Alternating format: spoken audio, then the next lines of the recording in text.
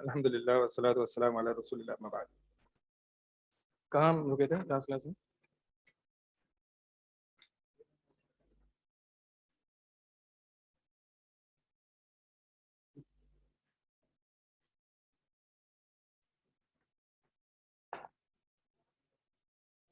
باب نمبر 20،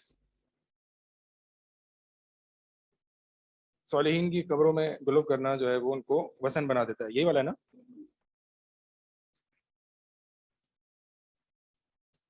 آخری حدیث ہے۔ عن ابن عباس رضی اللہ تعالیٰ عنہما، ابن عباس رضی اللہ تعالیٰ عنہما، عنہما کیوں کہتے ہیں ان کو؟ یہ میرے پیریڈ ہے نا؟ شیخ کہا مجھے دیکھ رہے ہیں ایسے۔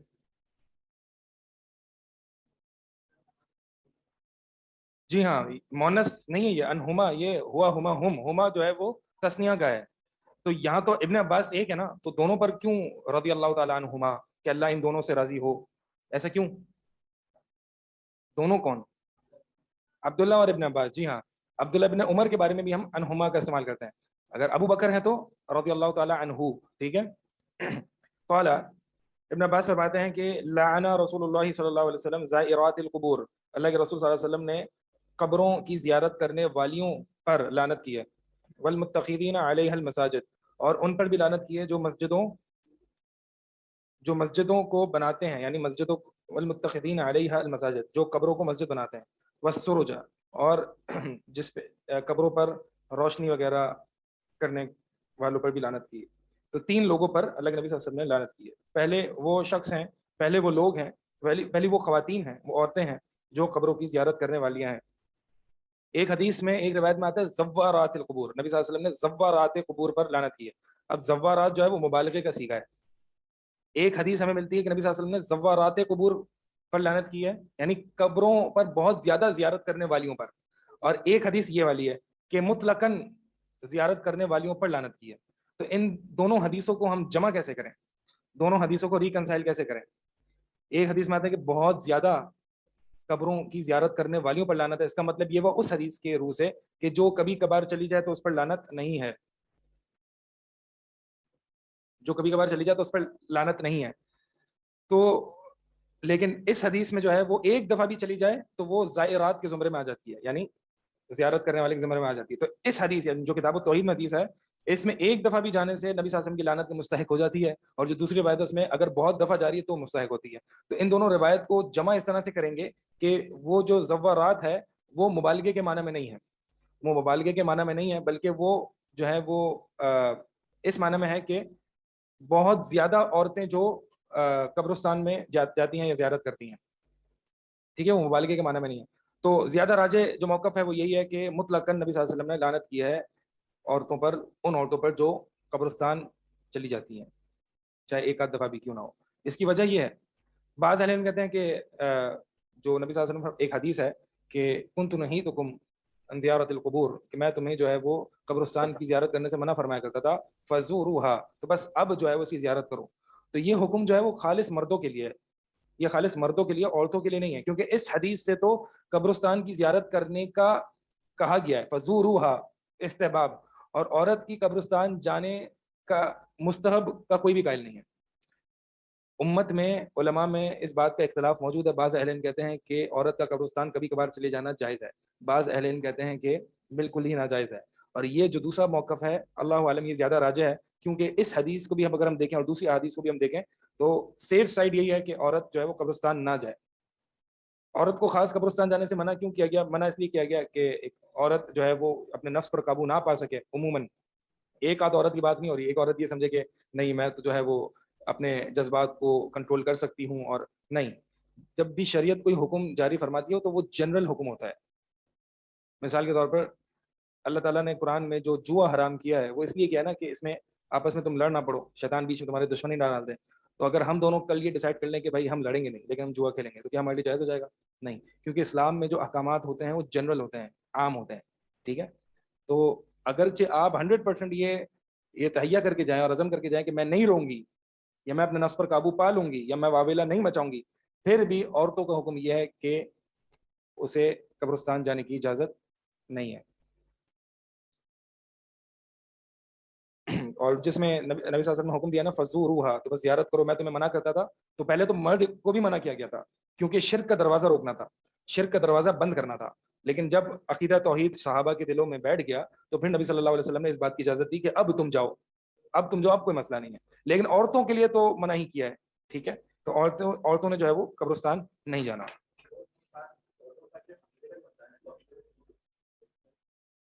مطلب وہ ہے کہ اس نے نفس پر قابو نہ پا سکیں اور اس طرح کا مسئلہ ہے.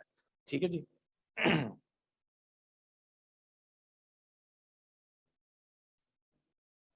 یہ سوال ہے کہ یہ پڑھا تھا کہ بعد میں اجازت مل گئی تھی. میں نے آپ کو یہی بتایا نا کہ بعد میں اجازت مل گئی تھی، یعنی صرف مردوں کو ملی تھی. اب دیکھیں نا، جو اجازت والی حدیث ہے، میں بتانا یہ چاہ رہا ہوں، جو اجازت والی حدیث ہے وہ کیا ہے کہ میں تمہیں قبرستان، قبروں کی زیارت کرنے سے روکا کرتا تھا، لیکن اب تم جاؤ.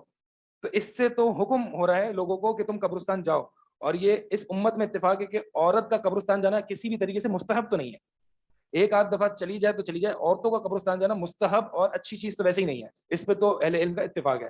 تو اس حدیث سے، جس حدیث میں اجازت دی گئی ہے نبی صلی اللہ علیہ وسلم نے، اس حدیث سے تو قبرستان جانے کا مستحب ہونا ثابت ہو رہا ہے. تو اس سے یہ پتہ چلا کہ وہ حکم صرف مردوں کو ہے. سمجھ آ رہی ہے یہ بات؟ لہٰذا اسی اصول کو آگے لیتے ہوئے اگر ہم چلیں تو ہم یہ اخذ کر سکتے ہیں کہ نبی صلی اللہ علیہ وسلم کی قبر پر جانا بھی جو ہے وہ عورت کے لیے صحیح اور مناسب معلوم نہیں ہوتا. اسی لیے آپ دیکھیں نا، عورتوں کے لیے جو اگر وہاں پہ سلامتی کا ٹائم وائم دیا جاتا ہے تو وہ قبر کے آگے نہیں دیا جاتا، وہ اس طرف دیا جاتا ہے، پیچھے کی طرف، پیچھے کی طرف دیا جاتا ہے. تو بہرحال چونکہ بعض اہل علم اس کو جائز گائے کہ ایک آدھ دفعہ اگر چلی جائے تو کوئی مسئلہ نہیں ہے، لیکن بہرحال پرہیز کرنا چاہیے. میں نے آپ کو بتایا کہ اس طرح کی احادیث موجود ہے نا، تو احادیث کو ایک تو یہ کہ زیادہ عورتیں، زیادہ زیارت کرنے والوں پر لعنت ہے، اور ایک ہے مطلقاً زیارت کرنے والوں پر لعنت ہے. تو ان دو حدیث پر عمل کیسے ہوگا کہ مطلقاً اگر عورت جائے نا تو دونوں پر عمل ہو جائے گا، لیکن اگر عورت ایک آدھ دفعہ جائے تو ایک حدیث پر عمل ہوگا، دوسرے پر نہیں ہوگا. سمجھ آ رہی ہے؟ تو ان دونوں حدیثوں پر اگر عمل کرنا ہے تو اس کا مطلب کیا ہے کہ عورت مطلقاً نہ جائے. مستحب کا معنی ہے کہ مستحب کا معنی کہ جس کے کرنے پر جو ہے وہ ثواب ملے اور چھوڑنے پر گناہ نہ ملے. مستحب یعنی جس کو ہم عام زبان میں سنت بھی کہتے ہیں، یہ فلاں عمل سنت ہے، یہ فلاں عمل نفل ہے. جی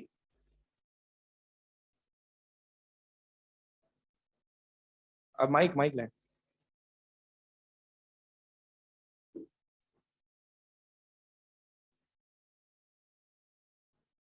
زیادہ سے مراد عورتوں کے نمبرز ہیں یا فریکوینسی ہے؟ زیادہ سے مراد جس دوسری بات میں آتا ہے نا، اس میں یہ مراد ہے کہ نمبرز مراد ہیں، یعنی زیادہ عورتیں، یہی صحیح بات ہے. جی مطلق کا معنی ہے عام طور پر، عام، مطلق کا معنی ہے عام طور پر، جنرلی، عام طور پر عورتوں کو جانا منع ہے. اچھا ٹھیک ہے، تو سوال کر لیں ایسی.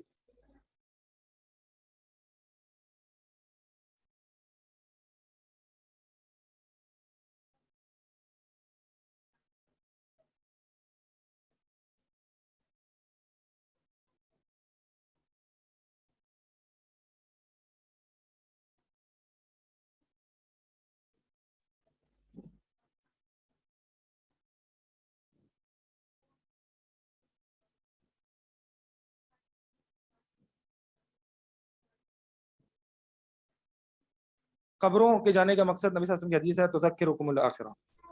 قبروں پر جانے کا جو مقصد ہے وہ یہ ہے کہ تمہیں آخرت یاد دلائے، بس یہی مقصد ہے، آخرت یاد دلائے. ہاں اگر کسی جیسے کہ نبی صلی اللہ علیہ وسلم ایک مسجد کی ایک کام والی تھی، مسجد میں کام والی تھی، تو وہ فوت ہو گئی ایک رات، تو صحابہ نے نبی صلی اللہ علیہ وسلم کو اطلاع نہ دی اور دفنا دیا اور جنازہ بھی پڑھ لیا. تو اگلے دن نبی صلی اللہ علیہ وسلم پتہ چلا، پوچھا کہاں ہے، تو کہا وہ تو فوت ہو گئی. تو کہا کہ مجھے بتایا کہ نہیں، چلو مجھے اس کی قبر کی طرف لے چلو. تو نبی صلی اللہ علیہ وسلم کی قبر کی طرف گئے اور وہاں قبر پر نماز جنازہ پڑھا.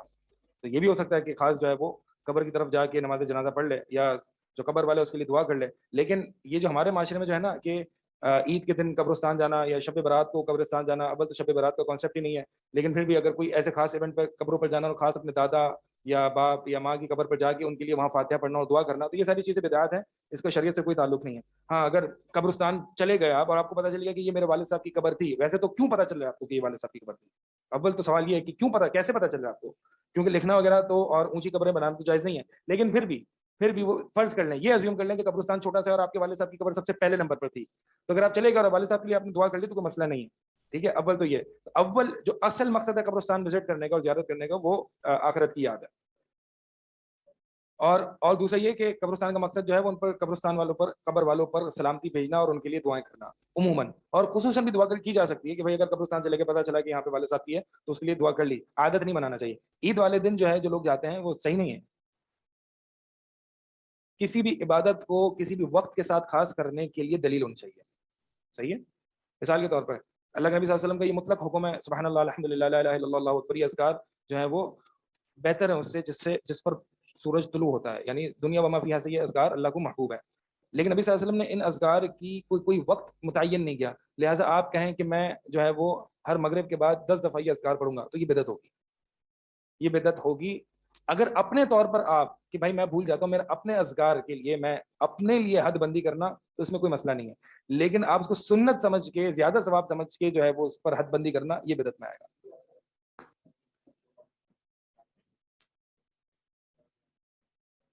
عید والے دن یاد آ رہی ہوتی ہے تو وہ وہاں پہ جانے سے وہ قبر والے نکل تو نہیں آئیں گے باہر؟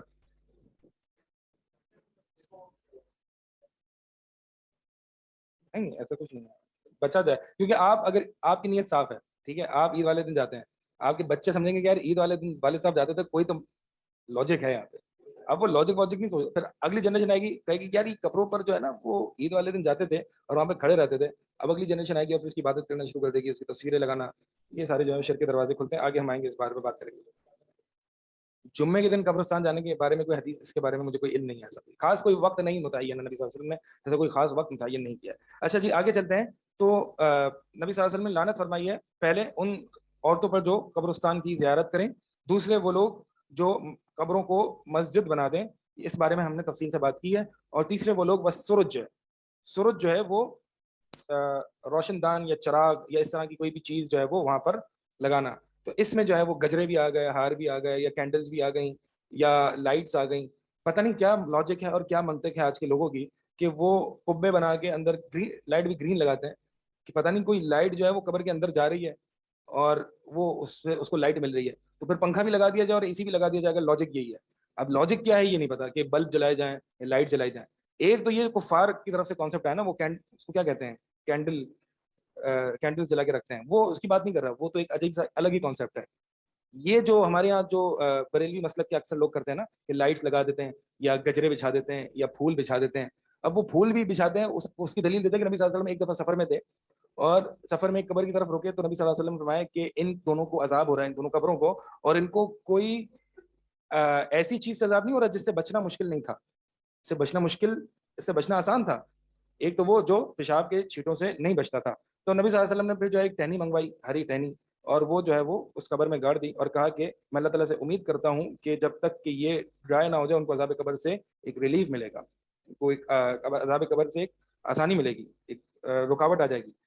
تو وہ نبی صلی اللہ علیہ وسلم کے ساتھ خاص تھا، اور نبی صلی اللہ علیہ وسلم نے اس کے ذریعے دعا کی تھی۔ کیا بعد میں آنے والے صحابہ رضی اللہ تعالیٰ عنہم اجمعین انہوں نے کبھی یہ کیا، ٹہنیاں ڈالی یا پھول ڈالے یا گجرے ڈالے یا اس طرح سے کچھ؟ تو یہ ایک نبی صلی اللہ علیہ وسلم کی ایک خاص فعل سے جو کہ اللہ کی طرف سے تھا، کہ خاص فعل سے دلیل پکڑ لینا یہ جائز نہیں ہے، ٹھیک ہے؟ تو ہمیں نبی صلی اللہ علیہ وسلم نے کیا مطلقاً ہر قبر کے ساتھ یہ کیا؟ نہیں، اس ایک قبر کے ساتھ کیا، اور وہ دعا کرنے کا نبی صلی اللہ علیہ وسلم کا طریقہ تھا، وہ نبی صلی اللہ علیہ وسلم کے دعا کرنے کا طریقہ تھا کہ میں اللہ سے امید کرتا ہوں کہ جب تک یہ خشک نہ ہو جائے تب تک ان کو عذاب قبر سے ریلیف ملے۔ تو اس سے دلیل پکڑ کے پھر قبروں پر جو ہے وہ پھول نچھاور کر دینا اور قبروں کو پھولوں سے اور گجروں سے بھر دینا، یہ کوئی لاجک نہیں ہے۔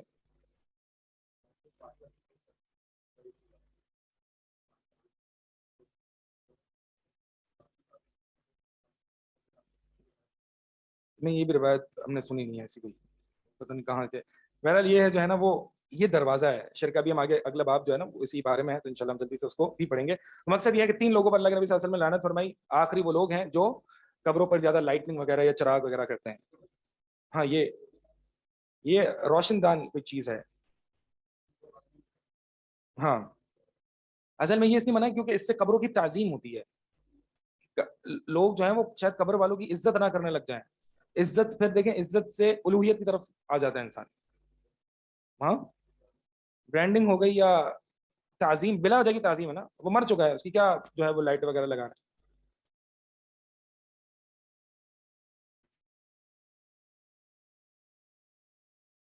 سوال ہے کہ ایسے تو لوگ کہیں گے کہ اب ہم درخت کے ذریعے بھی دعا کر سکتے ہیں، بھائی وہی میں بتا رہا ہوں نا کہ یہ نبی صلی اللہ علیہ وسلم کا ایک معجزہ تھا، ٹھیک ہے؟ نبی صلی اللہ علیہ وسلم کا ایک معجزہ تھا. اب نبی صلی اللہ علیہ وسلم نے جو ہے وہ چاند کے 2 ٹکڑے کیے, تو آپ بھی کر سکتے ہیں کیا؟ نہیں کر سکتے نا. نبی صلی اللہ علیہ وسلم کا ایک معجزہ تھا. اب نبی صلی اللہ علیہ وسلم یہ کچھ اعمال جو ہوتے ہیں جو نبی صلی اللہ علیہ وسلم کے لیے خاص ہوتے ہیں, اور وہ بھی چلیں اگر مان بھی لیا جائے تو ایک ٹہنی تھی. آپ جو ہے وہ بھول نشاور کر رہے ہیں اتنے سارے. نہیں, یہ عمل ہمیں سنت بھی نبی صلی اللہ علیہ وسلم ہمیں بتاتے نا کہ یہ تم نے بھی کرنا ہے. وہ اصل میں ایک دعا تھی اور نبی صلی اللہ علیہ وسلم نے اس طرح کر دیا. ہاں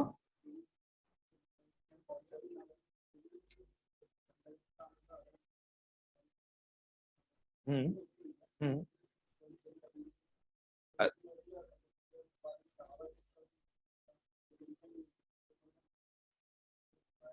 دیکھیں ہم نبی صلی اللہ علیہ وسلم کے اکثر جو افعال ہوتے ہیں نا وہ کبھی کبھار جو ہے نبی صلی اللہ علیہ وسلم کے لیے خاص ہوتے ہیں, جیسے کہ, اور وہ امت کے لیے نہیں ہوتا, جیسے کہ حمزہ رضی اللہ تعالیٰ عنہ کو جو ہے وہ احد پہاڑ کے پاس ہی دفن کر دیا.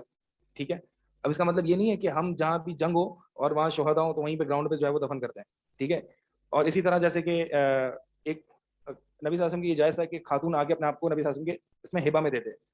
ٹھیک ہے, یہ ہمارے لیے جائز نہیں. آپ کو یہ کہا کہ نبی صلی اللہ علیہ وسلم کے ساتھ ہوا اور وہاں پہ ہاں خالصۃ, ہاں ہاں ہاں, تو وہی میں بتا رہا ہوں نا کہ ہمیں اس کے بعد جو نبی صلی اللہ علیہ وسلم کا خود کا اپنا عمل ہے اور صحابہ کا عمل ہے اس سے ہمیں یہ بات ملتی نہیں ہے کہ انہوں نے یہ کیا. اگر سنت ہوتی, طریقہ ہوتا تو صحابہ بھی کرتے ہیں اور نبی صلی اللہ علیہ وسلم اس کو مستقل طور پر کرتے ہیں. وہ ایک وقت علماء یہی کہتے ہیں کہ یہ جو عمل نبی صلی اللہ علیہ وسلم نے کیا ہے وہ اللہ کی وحی کی طرف سے کیا ہے اور وہ نبی صلی اللہ علیہ وسلم کے لیے اس وقت خاص تھا. اگر عام ہوتا تو نبی صلی اللہ علیہ وسلم ہر قبر کے ساتھ یہ کرتے ہیں اور صحابہ بھی کرتے ہیں. آگے چلتے ہیں.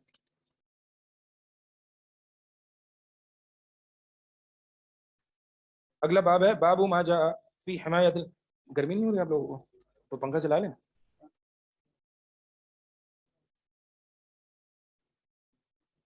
عورتوں کا کپڑوں پر جانا حرام ہے, مستحب ہے یا شرک ہے؟ مستحب نہیں ہے, حرام ہے. شرک نہیں ہے لیکن شرک کی طرف یہ دروازہ کھولتا ہے. باب ما جاء فی حمایت المصطفیٰ صلی اللہ علیہ وسلم جناب التوحید وصدہ کل طریق یوصل الی الشرک. باب اس بارے میں کہ مصطفیٰ علیہ الصلوۃ والسلام, مصطفیٰ کون ہے؟ جن کو چنا جائے. وہ حدیث بھی آتی ہے نا کہ اللہ تعالیٰ نے ولد اسماعیل سے بنو کنانہ کو چنا, بنو کنانہ سے قریش کو چنا, قریش سے بنو ہاشم کو چنا, بنو ہاشم سے مجھے چنا. اس سے ایک عرب کی بحیثیت جنس فضیلت ثابت ہوتی ہے. بحیثیت جنس عرب, بحیثیت جنس افضل ہے. باب ما جاء فی حمایت المصطفیٰ صلی اللہ علیہ وسلم جناب التوحیدی, کہ نبی اس بارے میں باب ہے کہ نبی صلی اللہ علیہ وسلم کا توحید سے متعلق اس کی حفاظت اور ہر وہ طریقہ جو شرک کی طرف لے جائے اس کو بند کر دینا. یعنی نبی صلی اللہ علیہ وسلم نے اپنی پوری زندگی اس کا اچھا خاصا اہتمام کیا ہے کہ ہر وہ دروازہ جو شرک کی طرف لے جائے اس کو بند کر دیا جائے اور توحید جہاں جہاں جو نکات ہیں توحید کے وہ بیان کر دی جائے. لیکن اسلام کا ایک قانون ہے, ایک اصول ہے, اور اس اصول کو کہتے ہیں سد الذرائع یا سد الذریعہ, جس کو ہم اردو میں یہ بھی کہتے ہیں سد باب, دروازہ بند کرنا. سد الذرائع یعنی وہ ذریعہ یا وہ وسیلہ یا وہ طریقہ جو حرام کی طرف لے جائے اس کو سد کر دینا, اس کو بند کر دینا. یہ شریعت کا بڑا ہی اہم قانون ہے, اور جتنا بڑا حرام ہوگا اس تک لے جانے والے جتنے وسیلے ہوں گے ان سب کا سد باب اتنی ہی اہمیت کے ساتھ اور اتنی ہی زوردار طریقے سے کیا ہوگا. آپ دیکھیں سورہ نور پڑھیں تو اس میں جو زنا ہے, اب زنا یہ حرام ہے, اس چیز کو روکنے کے لیے جو سد باب کرنے کے لیے شریعت نے کیا کیا چیزیں نہیں اپنائی. گھر میں اجازت کے مسائل سورہ نور میں ہے, اسی طرح عورت کے پردے کے مسائل, ٹھیک ہے, اور اسی طرح جو ہے وہ اختلاط کے مسائل, عورت مرد کا ملنا, یہ سارے مسائل یہ سارے سد باب کے لیے, زنا کے سد باب کے لیے کیے گئے. تو جتنا بڑا حرام ہوتا ہے اتنے ہی اس کے دروازے بند کیے جاتے ہیں اور اس کا اہتمام کیا جاتا ہے. تو شرک تو سب سے بڑا حرام ہے اور سب سے بڑا ظلم ہے اس کائنات میں جو کیا جاتا ہے. لہٰذا ہر وہ طریقہ جو شرک کی طرف لے جائے شریعت نے اس کا بند کرنے کا اہتمام بھی ویسے ہی کیا ہے. آپ نبی صلی اللہ علیہ وسلم کی احادیث اٹھا کے دیکھ لیں, ابھی ہم پڑھیں گے بھی, تو نبی صلی اللہ علیہ وسلم نے بہت ہی ہر دروازہ بند کیا ہے شریعت کا. آپ دیکھیں جتنے نکاح اور بیوع کے جو معاملات ہیں, بلکہ جو بیوع اور جو دیگر معاملات ہیں اس میں جو قانون اپنایا گیا ہے وہ یہی اپنایا گیا ہے کہ نکاح میں یا بیوع میں جو چیزیں حرام ہیں وہ حرام اسی بنیاد پر ہیں کہ وہ سد باب کی بنیاد پر ہیں. کس طریقے سے, یعنی کس مقصد سے روکنے کے لیے؟ مسلمان بھائیوں میں اخوت نہ ٹوٹے, ان میں آپس میں حسد نہ ہو, ان میں آپس میں دشمنی نہ ہو, تو جتنی بھی بیوہ کے معاملے میں جو حرمتیں ہیں وہ اس چیز کو پروٹیکٹ کرنے کے لیے کہ بھائیوں میں اخوت رہے، اس کے لیے جو ہے وہ احکامات جاری کیے ہیں۔ آپ دیکھیں شریعت نے منع کیا ہے کہ کوئی بھائی اپنے دوسرے بھائی پر پرائس نہ لگائے، ٹھیک ہے۔ اسی طرح جو ہے وہ ربا کو اسی لیے حرام کیا گیا ہے کیونکہ یہ بھی جو ہے وہ اپنے بھائی پر ظلم ہے، اور اس سے بھائی میں آپس میں جو ہے وہ ایک نفرتیں پیدا ہو سکتی ہیں۔ اسی طرح نکاح کے معاملے میں بھی یہ ہے کہ اگر کسی نے پروپوزل بھیج دیا تو دوسرا بھائی اس کو پروپوزل نہ بھیجے، اور یعنی اسی طرح جو ایسی مجہول بے ہیں اس سے بھی روک دیا گیا کیونکہ مجہول بے سے بھی جو ہے وہ بھائیوں میں آپس میں نفرتیں پیدا ہو سکتی ہیں۔ تو یہ یعنی یہ حرام ہے نا کہ بھائیوں میں آپس میں نفرتیں ہوں، ایک دوسرے سے نفرتیں پیدا ہوں۔ اس کو روکنے کے لیے آپ دیکھیں گے کہ بیوہ اور نکاح کے معاملات میں جتنی بھی حرمتیں ہیں وہ سد باب کے اس سے ہیں۔ تو کچھ اللہ تعالیٰ کے کچھ قوانین ایسے ہوتے ہیں جو سد باب کے لیے اس کو کیا جاتا ہے، اور کچھ قوانین ایسے ہوتے ہیں کہ وہ ذات مقصود ہوتی ہے۔ مثال کے طور پر اس کو آسانی سے میں آپ کو سمجھاؤں کہ زنا بذات خود اس کو روکنا مقصد ہے، لیکن بد نظری جو ہے وہ اس کو روکنا مقصد نہیں، وہ سد باب کے لیے وہ زنا کی طرف لے جاتی ہے، اس لیے اس کو حرام کرا دیا ہے۔ نظروں کی حفاظت، یہ بھی سورہ نور میں، ٹھیک ہے، کل المؤمنین یغضوا من ابصارہم ویحفظوا فروجہم۔ تو مقصد بتانے کا یہ ہے کہ ایک چیز ہوتی ہے جو حرام کی طرف لے جاتی ہے، اور ایک وہ چیز ہوتی ہے جو خود حرام ہوتی ہے۔ جو خود حرام ہوتی ہے مثال کے طور پر زنا، اور جو اس کی طرف لے جاتی ہے وہ بھی حرام ہوتی ہے، اس کو سد باب کہتے ہیں۔ تو نکاح اور بیوہ کے معاملات میں جتنی حرمتیں ہیں وہ سد باب کی وجہ سے حرام کی گئی ہیں۔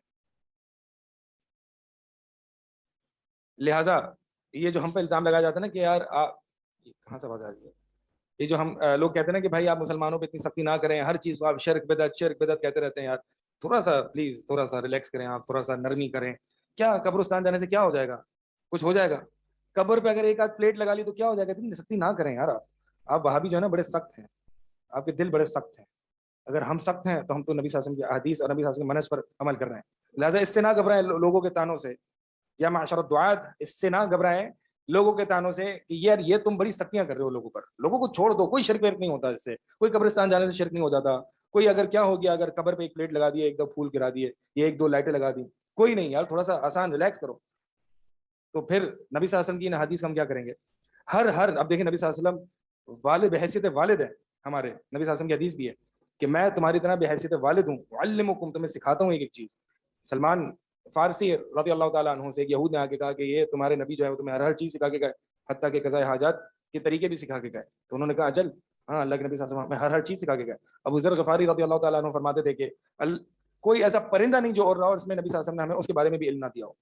ہمارے شفیق محترم والد کی حیثیت سے ہمارے نبی صلی اللہ علیہ وسلم جو ایک ایک چیز ہمیں سکھا کے گئے، اور شرک کی طرف ہر وہ چیز جو شرک کی طرف لے جائے اس سے ہمیں روک دیا گیا، اس پر سختی کی گئی۔ تو یہ سختی نہیں ہے، لوگ سمجھتے ہیں یہ سختی کر رہے ہیں، سختی نہیں ہے، یہ شفقت ہے، یہ شفقت ہے، یہ رحمت ہے، تاکہ ہم شرک میں مبتلا نہ ہو جائیں۔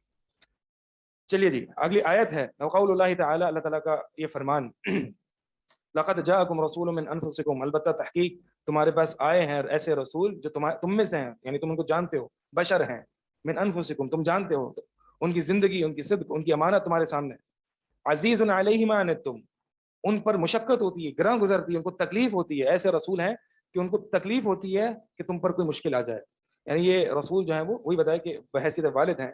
اور جیسے کہ سورہ کہف وغیرہ میں بھی آتا ہے کہ اللہ تعالیٰ اپنے نبی سے مخاطب ہو کے کہتے ہیں کہ لعلک باخع نفسک، کہ شاید کہ آپ اپنے آپ کو ہلاک کر دیں گے اگر یہ آپ پر ایمان نہ لائیں۔ نبی صلی اللہ علیہ وسلم کو بہت غم ہوتا، اور جو ہے وہ نبی صلی اللہ علیہ وسلم وہ اپنی امت کے بارے میں بڑی فکر مند رہتے۔ نبی صلی اللہ علیہ وسلم نے ایک ایک چھوٹی چھوٹی قضاء حاجت کے مسائل، کہ کس ہاتھ سے قضاء حاجت کرنی ہے، کتنے ڈھیلوں سے کرنی ہے، اسی طرح چلنا ہے تو کیسے چلنا ہے، کس جگہ چلنا ہے، یہ ساری، لباس پہننا ہے تو کیسے پہننا ہے، یہ ساری چیزیں نبی صلی اللہ علیہ وسلم ہم پر واضح کر کے گئے۔ تو کیا شرک کے معاملات ہم پر اور توحید کے معاملات ہم پر واضح کر کے نہیں گئے؟ پھر کیوں آج امت میں اتنا اختلاف ہے کہ توحید کیا اور شرک کیا ہے؟ کوئی کہتا ہے قبر پہ جھکنا جو ہے وہ توحید ہے، کوئی کہتا ہے قبر پہ نہ جھکنا توحید ہے۔ نبی صلی اللہ علیہ وسلم ایسی ایسی چیزیں سکھا کے گئے، تو کیا توحید اور شرک سکھا کے نہیں گئے؟ مسئلہ یہ کہ ہم نے پڑھا ہی نہیں ہے نبی صلی اللہ علیہ وسلم کو، کیونکہ ہمیں حدیثیں سخت لگتی ہیں، یہ ہمیں ایسے لوگ جو اس حدیثوں کو سناتے ہیں وہ سخت لگتے ہیں۔ تو ہمارے یہ رسول صلی اللہ علیہ وسلم، ان پر ہمارے والدین قربان ہو جائیں کہ ہمیں ہر چیز جو ہے وہ یہ سکھا کے گئے، اور توحید اور شرک کے ہر مسئلے بھی ہمیں سکھا کے گئے۔ حدیث اگلی ابو ہریرہ رضی اللہ تعالیٰ عنہ۔ جی سلمان بھائی آپ عربی عبارت سے کچھ پڑھیں، عربی کتاب سے۔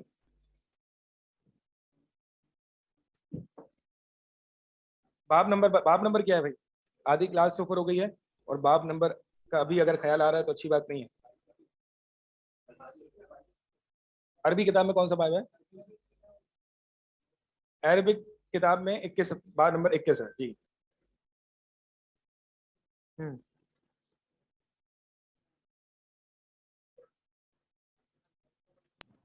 مائک پہ پڑھ لیں.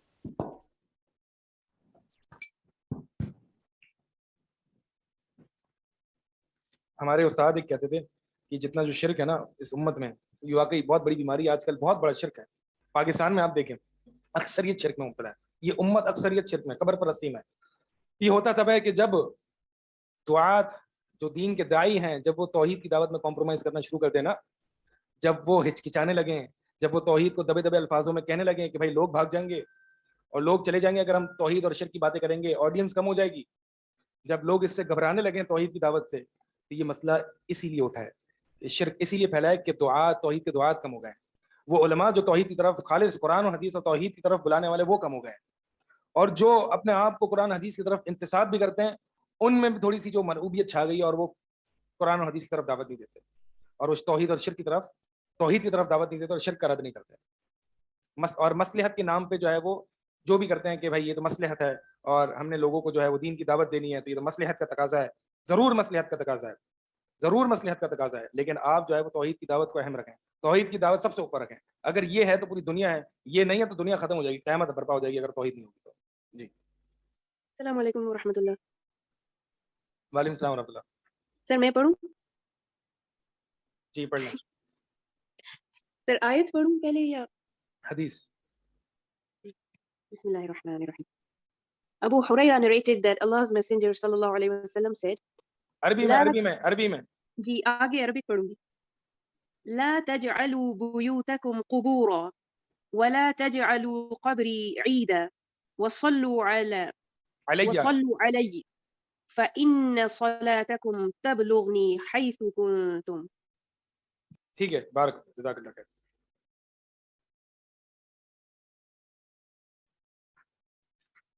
ابو ہریرہ رضی اللہ تعالیٰ عنہ سے روایت ہے، یہ فقیہ الامہ ہیں، ان سے سب سے زیادہ احادیث مروی ہیں.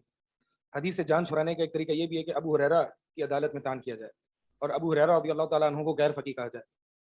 آپ کو پتہ ہے حدیث رسول اللہ صلی اللہ علیہ وسلم اور محمد رسول اللہ صلی اللہ علیہ وسلم وہ فرقان ہیں بین الناس.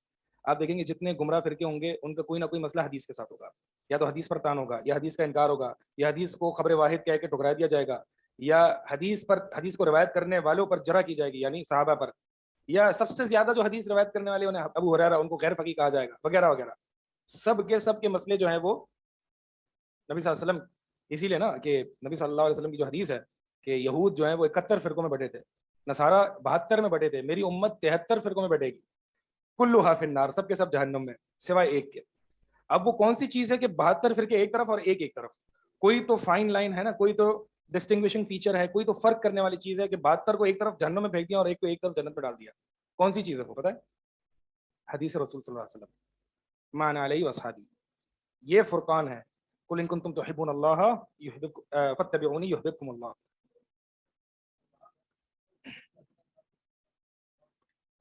لٹرل ترجمہ، باب کے لٹرل ترجمہ کیا ہے؟ ایک سیکنڈ.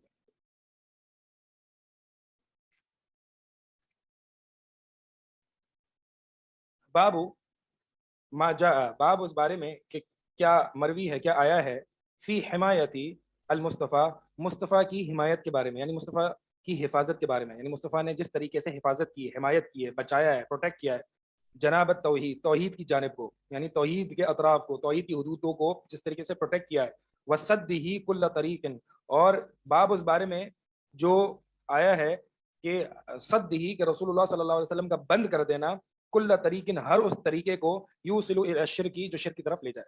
ٹھیک ہے.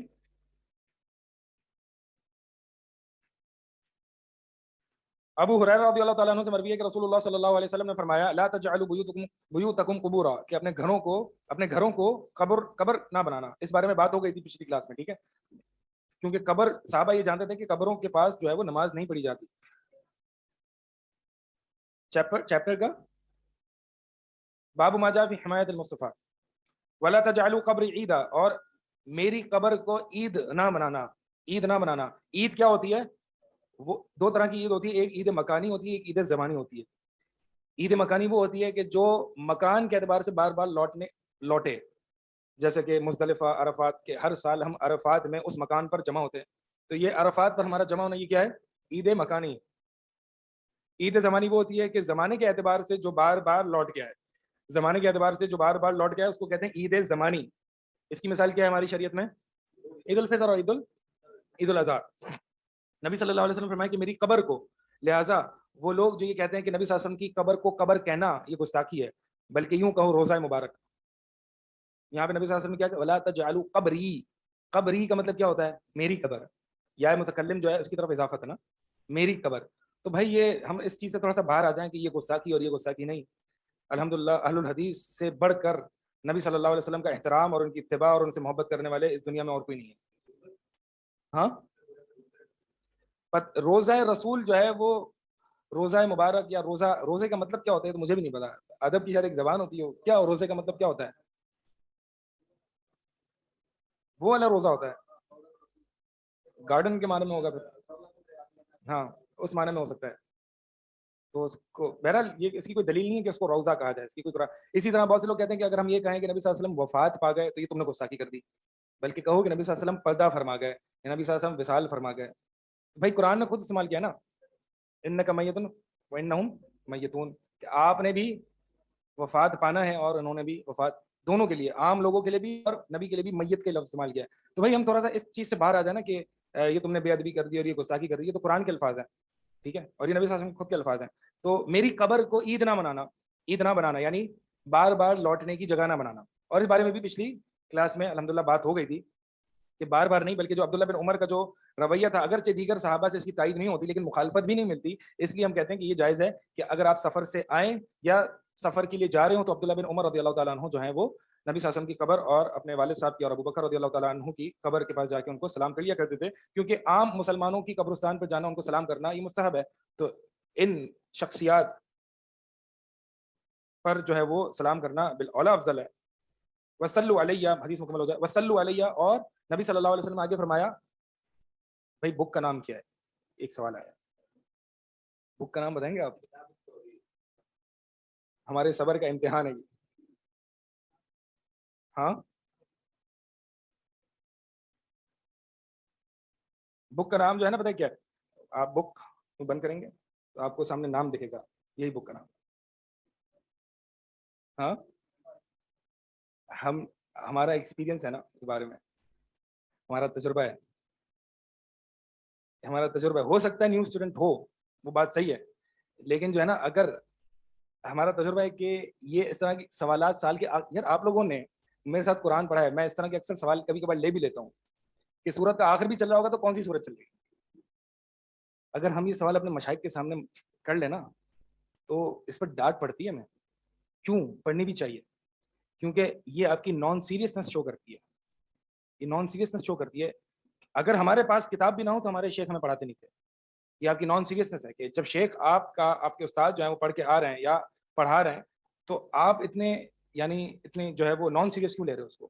دیکھیں یہ جو علم ہے, یہ علم جو ہے اگر اپنا بعض حصہ اس کو دو گے نا, اپنا پورا حصہ اس علم کو دو گے تو علم اپنا بعض حصہ آپ کو دے گی. اگر آپ اپنا بعض حصہ علم کو دو گے تو علم کچھ بھی آپ کو اپنا آپ نہیں دے گی. علم عزیز ہے, علم ویلیوبل چیز ہے, اس کی طرف اگر پوری توجہ بھی دی جائے تو یہ اپنا آپ تھوڑا سا دیتی ہے آپ کو. یہ علم ہے, اسی لیے آج اکثر لوگوں کے پاس علم نہیں آتا کیونکہ لوگ اپنا پورا آپ نہیں دیتے علم کو. تھوڑی سی 10 لائنیں پڑھی کتاب کی, جی فیس بک آ گیا, ٹویٹر آ گیا, پھر ٹویٹر بن گیا تو ٹیلی گرام آ گیا, ٹیلی گرام بن گیا تو انسٹاگرام آ گیا, پھر من الغرام الی الغرام الآخر, ایک گرام سے دوسرا گرام, گرام ہی ختم نہیں ہو رہے, فیس بک بکس ختم نہیں ہو رہی. تو یہ اتنی ڈسٹریکشن کے ساتھ اور توجہ کے بڑھ جانے کے ساتھ علم نہیں آیا کرتا, ٹھیک ہے. تو لہذا کامل توجہ کے ساتھ ان فی ذلک لذکری لمن کان له قلب او القى السمع وهو شهید, اس میں ان لوگوں کے لیے نصیحت ہے, یعنی وہی لوگ نصیحت حاصل کر سکتے ہیں جو کامل دل و دماغ کے ساتھ توجہ لے کے اور کان بھی اسی طرف ہوں. تو لہٰذا اس طرح کے سوالات سے ہمیں پرہیز کرنا چاہیے, اور انسان کو طلباء کو پہلے سے پتہ ہونا چاہیے کہ ہم نے لاسٹ کلاس میں کہاں تک پڑھا تھا اور اگلی کلاس میں کہاں پڑھنا چاہیے. جائے کہ کلاس کے جب 15 منٹ باقی رہ جائے تو آپ کتاب کا نام پوچھ رہے ہوں.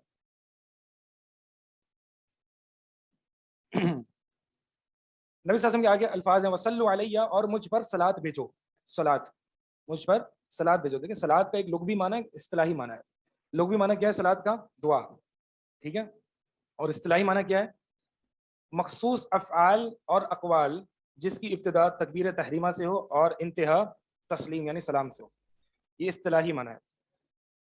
قرآن اور حدیث جب بھی آپ پڑھیں تو بائی ڈیفالٹ آپ نے اصطلاحی معنی لینا ہے، الا یہ کہ لغوی معنی لینے کی دلیل ہو. یہ اصول بتا رہا ہوں آپ کو، امپورٹنٹ اصول ہے. قرآن اور حدیث میں جتنے بھی الفاظ ہیں بائی ڈیفالٹ مطلب اصل یہ ہے، جنرل رولنگ یہ ہے کہ آپ نے اصطلاحی معنی لینا ہے، الا یہ کہ لغوی معنی لینے کی دلیل ہو. بہت سے لوگ اس بارے میں بھی گمراہ ہوئے، جیسا کہ اللہ تعالیٰ نے قرآن میں فرمایا اقیموا الصلاۃ، نماز قائم کرو. تو یہ جو پرویزی فکر کے حاملین تھے انہوں نے کہا یہ صلاۃ کا معنی کیا ہے؟ دعا. تو اللہ تعالیٰ نے دعا کا حکم دیا ہے تو یہ تم کیا اٹھک بیٹھک کر رہے ہو 5 وقت؟ تو انہوں نے کیا غلطی کی؟ انہوں نے یہ غلطی کی انہوں نے بائی ڈیفالٹ لغوی معنی لیا، اصطلاحی معنی نہیں لیا. اسی طرح تیمم کا بھی لغوی معنی اصطلاحی معنی ہے، حج کا بھی لغوی معنی اصطلاحی معنی ہے. حج کا لغوی معنی کیا ہے؟ قصد کرنا. اصطلاحی معنی کیا ہے؟ جو مخصوص ایام میں جو ہے وہ ایسے اقوال اور کچھ مال خرچ کر کے استطاعت کے ساتھ جو ہم آج جانتے ہیں جو بھی آ بھی رہا ہے. ٹھیک ہے. قرآن حدیث میں بائی ڈیفالٹ رولنگ یہ ہے کہ ہم جو ہے وہ اصطلاحی معنی لیں، الا یہ کہ لغوی معنی لینے کی دلیل موجود ہو.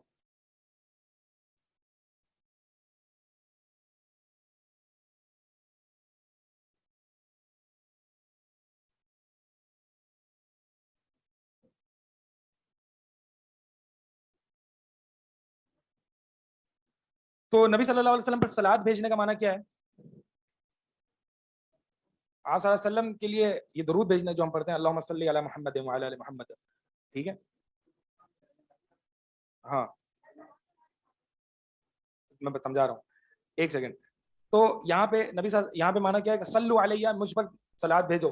یہاں پہ اصطلاحی معنی لے سکتے ہیں آپ کہ میرے آگے نماز پڑھو. یہ دلیل ہے، یعنی یہاں پہ سیاق دلیل ہے، کیونکہ یہ تو شرک ہو جائے گا نا. میرے اوپر نماز پڑھو تو نہیں ہو سکتا، میرے لیے نماز پڑھو ایسا نہیں ہو سکتا. تو یہاں پہ لغوی معنی لیا جائے گا. ٹھیک ہے. سیاق سے بھی پتہ چلتا ہے کہ یہاں پہ لغوی معنی لیا جا رہا ہے کیا ہے. فإن صلاتکم، بس بے شک تمہاری نماز تبلغنی، مجھے پہنچ جاتی ہے، حیث کنتم، جہاں بھی تم ہوتے ہو. اس کا مطلب یہ ہماری پچھلی کلاس میں اس پہ کافی حد تک ڈسکشن ہو گئی تھی، اس لیے زیادہ اس پہ بات نہیں کروں گا. ہمارا نبی علیہ الصلوۃ والسلام پر سلام بھیجنا یہ درود، صلات بھیجنا یہ درود ہوتا ہے. اللہ تعالیٰ کا اپنے بندوں پر ہے نا، ان اللہ و ملائکتہ یصلون علی النبی، کہ اللہ اور ملائکہ نبی پر صلات بھیجتے ہیں. تو وہاں پہ دعا کے معنی نہیں ہے، وہاں پہ کیا معنی ہے؟ وہاں پہ رحمت کا معنی ہے. یہ اس سے زیادہ اچھا معنی جو ہے وہ یہ ہے کہ ذکر اللہ فی ملأ الاعلی، کہ اللہ تعالیٰ کا کسی بندے پر اپنی مخلوق پر صلات بھیجنے کا مطلب یہ ہے کہ ملأ الاعلی یعنی ملائکہ کی جماعت میں اس کا ذکر خیر کرنا. یہ معنی زیادہ اولا ہے، جیسے کہ صحابہ کی تفسیر سے بھی ہمیں ملتا ہے. ٹھیک ہے.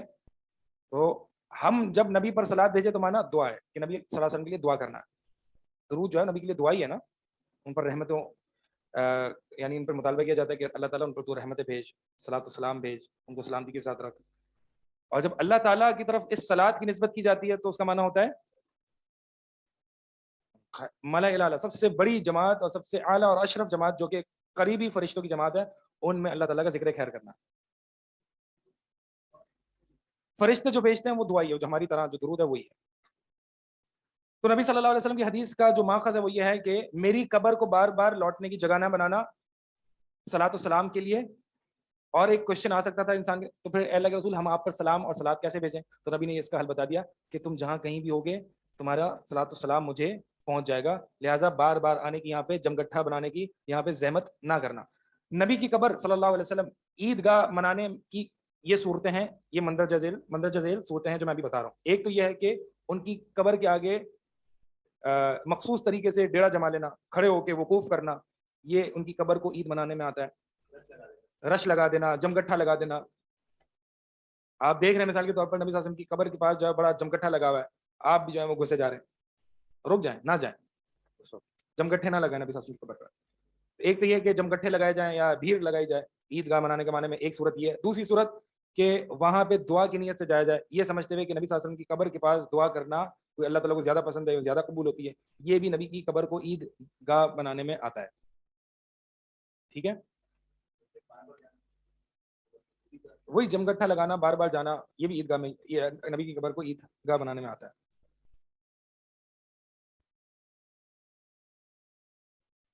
جی آپ کچھ سوال کر رہے تھے.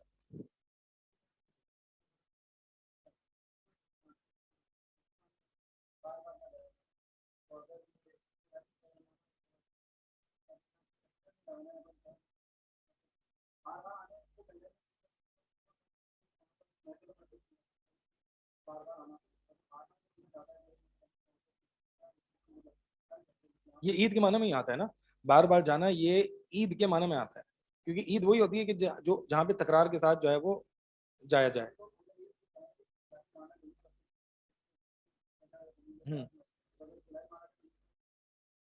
اصطلاحی معنی جو ہے وہ تب لیں گے جب دیکھیں عید کے دو ہی اصطلاحی معنی ہے, اور وہ بھی عید کے نہیں ہے, عید الفطر ہے یا عید الاضحیٰ ہے, ٹھیک ہے, وہ وہاں پہ پورا لفظ ہے عید الفطر, تو اب وہاں پہ لغوی معنی کی قید لگا دی فطر کے ساتھ, ٹھیک ہے, لیکن عام عید کا لفظ جب قرآن میں آتا ہے اور حدیث میں آتا ہے تو اس کو لغوی معنی بھی رکھیں گے, یعنی اس کا عید کا عام لفظ لغوی اور اصطلاحی معنی ایک ہی ہے. وہ تو عید الفطر کا معنی اصطلاحی معنی ہے نا, فطر والی لوٹنے کی جگہ, وہ تو الگ ہے, اس کو فطر سے نام سے ہی ہمیں سمجھ میں آ رہا ہے, لیکن عید کا نہ کوئی اصطلاحی معنی ہے الگ ہے, یعنی عید کا اصطلاحی معنی لغوی معنی سے کوئی الگ نہیں ہے شریعت میں. بہت سارے ایسے الفاظ ہوتے ہیں کہ جہاں پہ شریعت نے کوئی لغوی معنی سے علیحدہ ہٹ کے اس کی تعریف نہیں کی, ٹھیک ہے, جیسے کہ بہت سارے معنی ہیں, کئی جگہ جہاں پہ اصطلاحی معنی الگ ہوتا ہے لغوی معنی الگ ہوتا ہے, تو وہاں پر ہم اصطلاحی معنی بائی ڈیفالٹ لیں گے, لیکن عید کا جو معنی ہے وہ لغوی ہی لیا جاتا ہے ہر جگہ. سمجھ آ رہی؟ ہاں عید کا ایک ہی معنی ہے, وہ تو عید الفطر ہے جو الگ چیز ہے, ٹھیک ہے, ہاں اضافے کے ساتھ, اضافت کے ساتھ آئی ہے. درود پڑھنے والے کا نام بھی پہنچایا جاتا ہے, بھائی یہ مجھے نہیں پتا درود پڑھنے والے کا نام پہنچایا جاتا ہے نہیں پہنچایا جاتا, البتہ یہ مجھے پتا ہے کہ جس کے لیے جس نیت سے درود پڑھا جا رہا ہے اس کو پتہ چل جاتا ہے کہ ہم نے درود کس نیت سے پڑھا ہے. ہم اللہ کے لیے پڑھ رہے ہیں, اللہ تعالیٰ نے حکم دیا ہے, تو ہمیں اللہ کو دکھانا ہے, نبی کو دکھانا ہے. ہم اپنی نمازیں اگر پڑھتے ہیں تو نبی کو دکھانے کے لیے تھوڑی پڑھتے ہیں, صلی اللہ علیہ وسلم صحابہ جب نمازیں پڑھتے تھے تو اللہ کے نبی صلی اللہ علیہ وسلم کو دکھانے کے لیے تھوڑی پڑھتے تھے, یہ تو شرک ہو جائے گا, ریاکاری میں آ جائے گا. تو ہم تو درود پڑھتے ہیں اللہ تعالیٰ کے یہاں اجر پانے کے لیے, اللہ کو خوش کرنے کے لیے.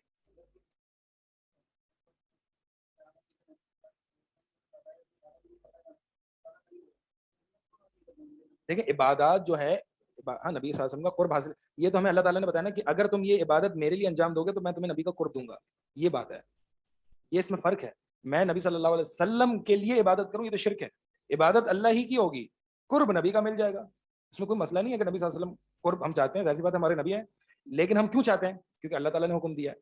ہم نبی سے محبت کیوں کرتے ہیں؟ کیونکہ اللہ تعالیٰ نے حکم دیا ہے. ہم اپنی جان مال سب سے بڑھ کے نبی سے محبت کیوں کرتے ہیں؟ کیونکہ اللہ نے حکم دیا ہے. تو ہم نبی صلی اللہ علیہ وسلم سے محبت کرتے ہیں کیونکہ وہ رسول اللہ ہیں. ہم نبی سے محبت اس لیے نہیں کرتے کیونکہ وہ محمد بن عبداللہ ہیں.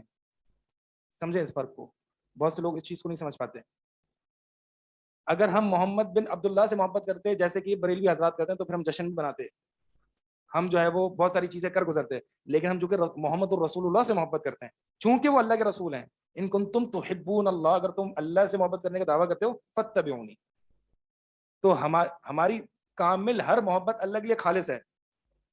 نبی صلی اللہ علیہ وسلم سے محبت کرنا اللہ کی محبت میں ہی شامل ہے, کوئی اللہ سے محبت سے الگ نہیں ہے, اس چیز کو سمجھیں, ٹھیک ہے. بہت سے لوگ کہتے ہیں کہ نبی صلی اللہ علیہ وسلم سے بھی ہم محبت کرتے ہیں, اللہ سے بھی محبت کرتے ہیں, تو ایسا ہو ہی نہیں سکتا کہ آپ اللہ سے محبت کرو نبی سے محبت نہ کریں, یا نبی سے محبت کریں اللہ سے محبت نہ کریں, یہ لازم ملزوم ہے نا. چلے سبحانک اللہ.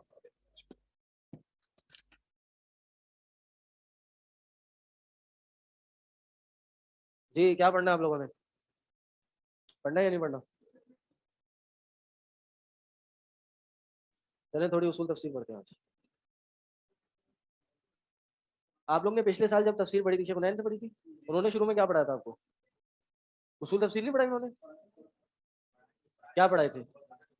چلو کچھ تو پڑھائے ہوں گے. اور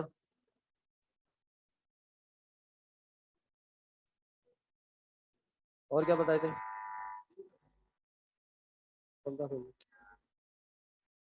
تفسیر کے ماخذ, ٹھیک ہے.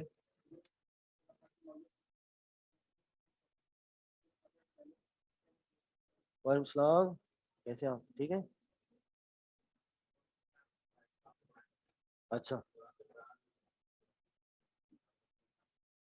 اچھا جی آ جائیں.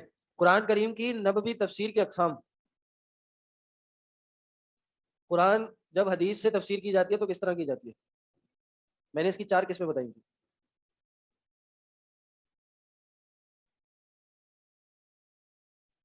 پہلی قسم میں نے بتائی تھی کسی آیت کی تفسیر میں نص حدیث ہو, یعنی حدیث میں لکھا ہو اس آیت کی یہ تفسیر ہے, میں نے کہا تھا اس کے دو اسلوب ہیں، ایک پہلے آیت ذکر کر دی پھر بتایا یہ اس کی تفسیر ہے، یا پہلے تفسیر ذکر کر دی پھر بتا دیا یہ اس کی آیت ہے. اب پہلے تفسیر کی ہو پھر آیت ذکر کے اس کی مثال لے لیں.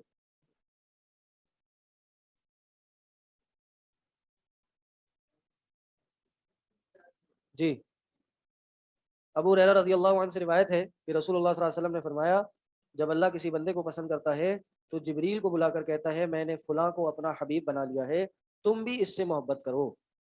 آپ صلی اللہ علیہ وسلم نے فرمایا پھر جبریل آسمان میں اعلان کر دیتے ہیں اور پھر زمین والوں کے دلوں میں محبت پیدا ہو جاتی ہے. مشہور حدیث ہے، حدیث قدسی ہے.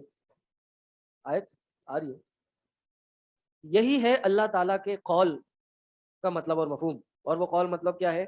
اعوذ باللہ من الشیطان الرجیم ان الذین آمنوا وعملوا الصالحات سیجعل لهم الرحمن ودا.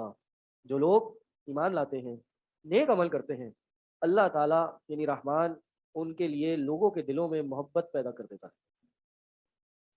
تو پہلے نبی علیہ السلام نے تفسیر ذکر کی. جی خواتین کوئی کنفیوژن ہے؟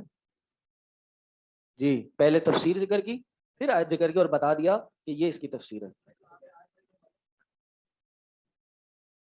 شاید ان الذین آمنوا وعملوا الصالحات سیجعل لهم الرحمن ودا. نہیں، میں اس کا پراپر ورژن لے آؤں گا پھر آپ سے شیئر کر دوں گا. یہ پی ڈی ایف میں بنی ہوئی ہے ہمارے پاس، اصول تفسیر کی بروج میں کتاب بنائی ہے، تو وہ میں سلیکٹڈ آپ کو پڑھا رہا ہوں. زیادہ آپ لوگ پڑھ لیں گے پریشان ہو جائیں گے. ہاں تو وہ دوبارہ یہ بہت شروع والا ورژن ہے میرے پاس، جب ایڈیٹڈ ورژن ہوگا میں بھیج دوں گا آپ کو. ٹھیک ہے، یہ پہلی کی مثال ہو گئی. دوسری کی مثال لے لیں کہ پہلے آیت ذکر کر دی پھر تفسیر. اور بھائی افنان ٹھیک ہے، بندے تو بہت سارے ہیں، آپ دو کب لائیں؟ نہیں مجھے نہیں چاہیے، میں تو ویسے بول رہا ہوں. آیت 96 سورہ مریم کی آیت 96 ابھی لکھ لیں. دوسرے کی مثال ہے حضرت عقبہ بن عامر سے روایت ہے میں نے رسول اللہ صلی اللہ علیہ وسلم سے سنا آپ منبر پر فرما رہے تھے. قرآن کی آیت ہے سورہ انفال آیت نمبر 60 وَأَعِدُّ لَهُم مَّا اسْتَطَعْتُم مِّن قُوَّةٍ وَمِن رِّبَاطِ الْخَيْلِ، اور ان کی مدد کرو جتنی تمہاری استطاعت ہے طاقت سے، اور رباط الخیل سے. رباط الخیل کیا ہے؟ ہاں تیار، یعنی قوت تیار کرو، تیار شدہ کرو. نبی علیہ السلام نے فرمایا سن رکھو قوت تیر اندازی کا نام ہے، سن رکھو قوت تیر اندازی کا نام ہے، سن رکھو قوت تیر اندازی کا نام ہے. صحیح مسلم کی حدیث ہے. یہ اس کی تفسیر ہے. آرچری شروع ہو رہی ہے ہمارے یہاں بہت جلد انشاءاللہ. ہاں اس کے لیے اسٹوڈنٹس کے لیے، اس کے لیے نہیں میلز کے لیے بھی ہوگی بنی. فیمیلز کے لیے فیمیل انسٹرکٹر ہوں گی اور میل کے لیے میل ہوں گے. تو خواتین تیر اندازی کے لیے مستعد ہو جائیں. ہاں آج کے دور میں شوٹنگ کا دور ہے، شوٹنگ کا انتظام نہیں کر سکتے نا ہم یہاں پہ، اس لیے ہم نے تیر منگوا لیا. ٹھیک ہے نا؟ ہاں نشانے لگانے والے بغیر گولی کے بھی نشانہ لگا لیتے ہیں، آپ نشانے کا فکر نہیں کرتے. چلیں دوسری مثال. جی یہ میں کیا پڑھا رہا ہوں؟ اگر آپ تھوڑے سا سنیں گے اور دماغ میں بٹھانے کی کوشش کریں گے وہ سمجھ آ جائے گا. میں نے کہا جو حدیث قرآن کی تفسیر کرتی ہے، قرآن کی تفسیر 6 طریقوں سے ہوتی ہے. ایک قرآن کی تفسیر قرآن سے، دوسری قسم قرآن کی تفسیر حدیث سے. اب حدیث سے جس طرح ہوتی ہے وہ مختلف طریقوں سے ہوتی ہے. اس میں ایک طریقہ یہ ہے حدیث میں لکھا ہو اس آیت کی یہ تفسیر ہے، اس کی 2 مثالیں میں نے دے دی. دوسری کیا ہے جو حدیث سے ہوتی ہے، صحابہ کرام کو کوئی چیز سمجھنے مشکل ہو تو نبی کریم صلی اللہ علیہ وسلم اس کی تفسیر بیان کر دیں. دونوں کو بتا دیا میں نے. جی اب آپ دوسرا طریقہ ہے کہ حدیث کیسے قرآن کی تفسیر کرتی ہے. ٹھیک ہے، حدیث میں کیسے قرآن کی تفسیر ہوتی ہے. صحابہ کرام آیت سمجھنے میں کوئی مشکل ہو رہی ہوتی تو نبی صلی اللہ علیہ وسلم کے پاس آتے اور پوچھتے تھے. اس کی مثال حضرت عبداللہ بن مسعود رضی اللہ عنہ بیان کرتے ہیں جب یہ آیت نازل ہوئی الذین آمنوا ولم یلبسوا ایمانہم بظلم. جی افنان الذین آمنوا ولم یلبسوا ایمانہم بظلم، یہ موبائل میں نہیں لکھا ہوا کیونکہ یہ صرف میرے آگے لکھا ہے، اس لیے تو آنکھ کھول کے مجھے دیکھیں اور دیکھتے ہی جائیں. اور کان بھی کھولے رکھیں, ورنہ پیپر پین پکڑے اور لکھیں. صحیح. کیا ترجمہ ہے اس کا؟ الذین آمنوا ولم یلبسوا ایمانہم بظلم, جو ایمان لائے اور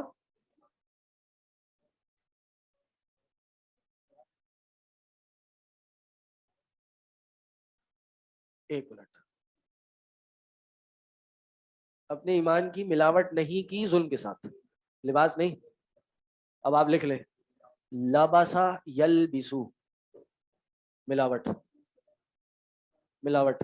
لبیسا یلبسو, اچھا لباسا سوری لبیسا یلبسو, یہ کیا ہے؟ کپڑے پہننا. جی جی, خلط مل کرنا. لا تلبسوا الحق بالباطل, حق کو باطل سے خلط مل نہ کرو.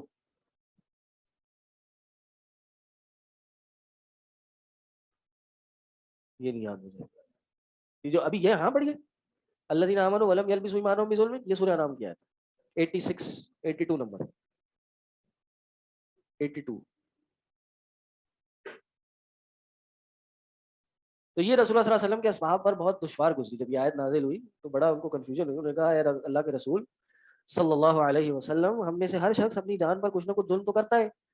تو رسول اللہ صلی اللہ علیہ وسلم نے فرمایا کہ ظلم کا معنی وہ نہیں جو تم سمجھتے ہو. کیا تم نے لقمان کا اپنے بیٹے کے متعلق یہ قول نہیں سنا کہ شرک ظلم عظیم ہے؟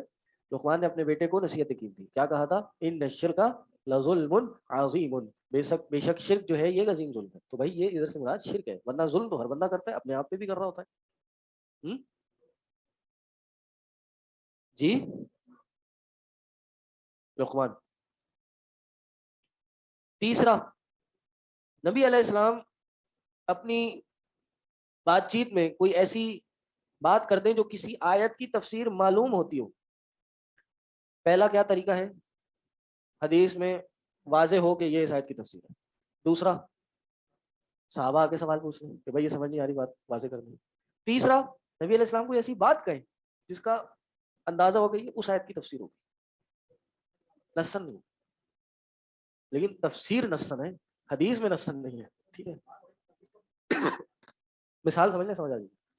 اللہ تعالیٰ کا فرمان ہے وَجِيءَ يَوْمَئِذٍ بِجَهَنَّمَ. اور مرد حضرات آپ کے پاس مائک ہے جی, یہ پیسوں کا آیا ہے اس لیے اس کو استعمال کریں. جی استعمال کریں, ٹھیک ہے, تاکہ آن لائن والے بھی آپ لوگ کو سنتے رہیں. خواتین آپ لوگ کے پاس بھی ہے, آپ لوگ کا اس کو میسج کریں کہ بھائی کیوں نہیں ہے صحیح. نہیں کیا ہوا ہے, بالکل نہیں چل رہا ہے, یہاں سے تار نکلا ہوا ہے. اچھا آج نہیں چل رہا, اوکے, یہ کہہ دیں گے. پھر وہ تار مجھے ایک نکلا ہوا نظر آ رہا ہے تو وہ لگا ہوا نہیں ہوگا. جی وَجِيءَ يَوْمَئِذٍ بِجَهَنَّمَ, اور اس دن جہنم کو لایا جائے گا. حضرت عبداللہ بن مسعود رضی اللہ عنہ سے روایت ہے, کہا رسول اللہ صلی اللہ علیہ وسلم نے فرمایا قیامت کے روز جہنم کو لایا جائے گا, اس کی 70,000 لگامیں ہوں گی, ہر لگام کے ساتھ 70,000 فرشتے ہوں گے جو اسے کھینچ رہے ہوں گے. صحیح مسلم. اب سیدھی سی بات ہے, یہ جو حدیث بیان کی یہ اس آیت کی تفسیر بیان ہو رہی ہے نا. وَجِيءَ يَوْمَئِذٍ بِجَهَنَّمَ, اس دن جہنم لائی جائے گی, حدیث بتا رہی ہے اور اس کی مزید ڈیٹیل بتا رہی ہے, تو یہ اسی کی تفسیر ہے. جب بھی کوئی عالم اس آیت کی تفسیر کرے تو اس حدیث کو ضرور بیان کرے. وَجِيءَ يَوْمَئِذٍ بِجَهَنَّمَ, اس دن جہنم کو لایا جائے گا. کس طرح؟ حدیث نے بتایا کہ جہنم کو لایا جائے گا, 70,000 لگامیں ہوں گی اور ہر لگام پر 70,000 فرشتے تعینات ہوں گے. اتنی بڑی جہنم ہے یہ. اللہ تعالی ہم سب کو محفوظ رکھے.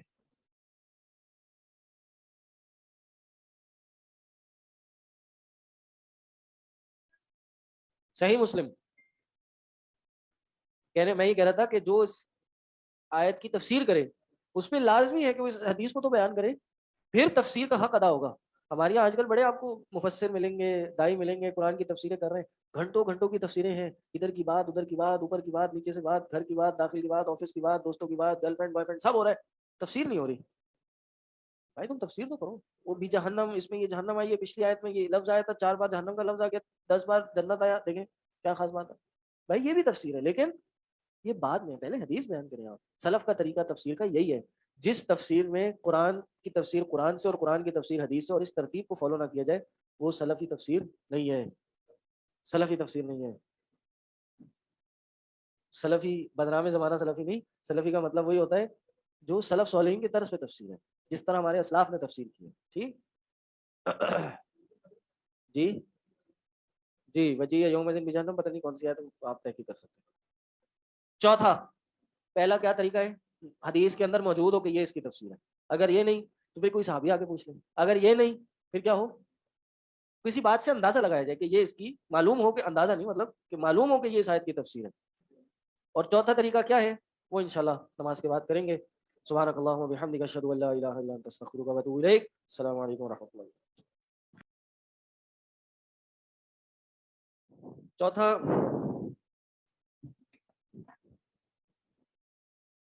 چوتھا طریقہ جس میں قرآن کی تفسیر حدیث سے کی جاتی ہے۔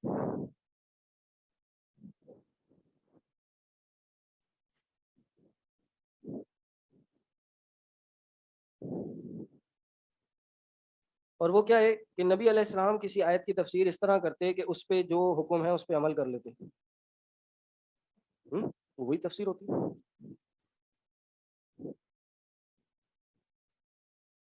اللہ تعالیٰ کا فرمان ہے، اعوذ باللہ من الشیطان الرجیم، فسبح بحمد ربک واستغفر، اور اپنے رب کی تسبیح بیان کیجیے اور استغفار کیجیے۔ اذا جاء نصر اللہ والفتح، اما عائشہ بیان کرتی ہیں جب یہ آیت اتری اذا جاء نصر اللہ والفتح، کہتے ہیں اس کے نازل ہونے کے بعد رسول اللہ صلی اللہ علیہ وسلم نے کوئی ایسی نماز نہیں پڑھی جس میں یہ دعا نہ پڑھتے ہوں، سبحانک ربنا وبحمدک اللہم اغفر لی، سبحانک ربنا وبحمدک اللہم اغفر لی۔ جی فتح کے نازل ہونے کے بعد بھی معاملہ، سوری نصر، ہاں اذا جاء نصر اللہ۔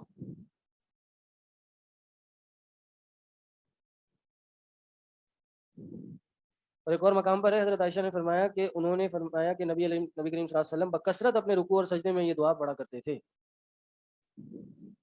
اور اس طرح قرآن کے حکم کی تعمیل ہوئی۔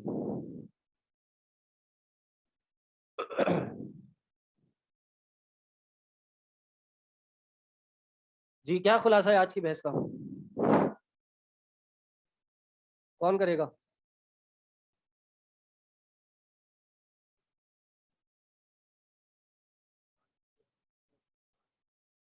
مائک۔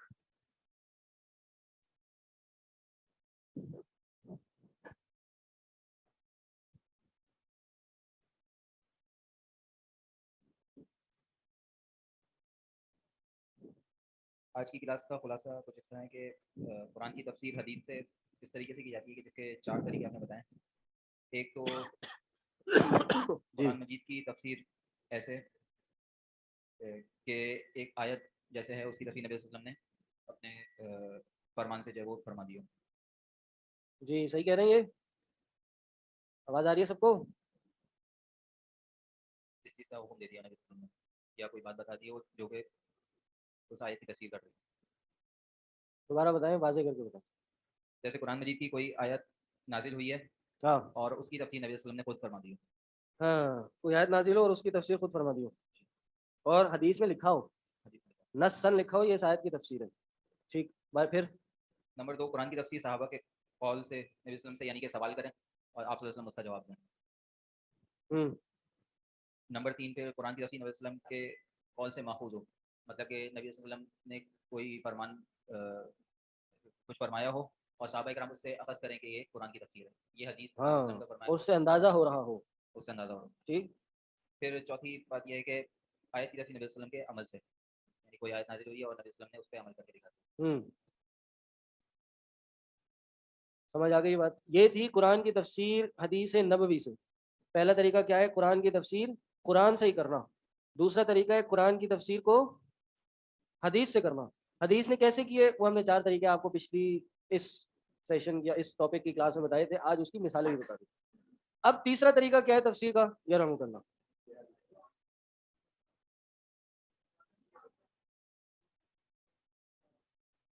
بالکل نہیں کنایا نہیں بولیں گے اس کو, یہ بھی تفسیر ہے کیونکہ یہ صحابہ نے بتائی ہے, آگے یہی آ رہا ہے. جی ہاں جی, تو صحابہ کا فہم بھی تو حجت ہے, ٹھیک ہے.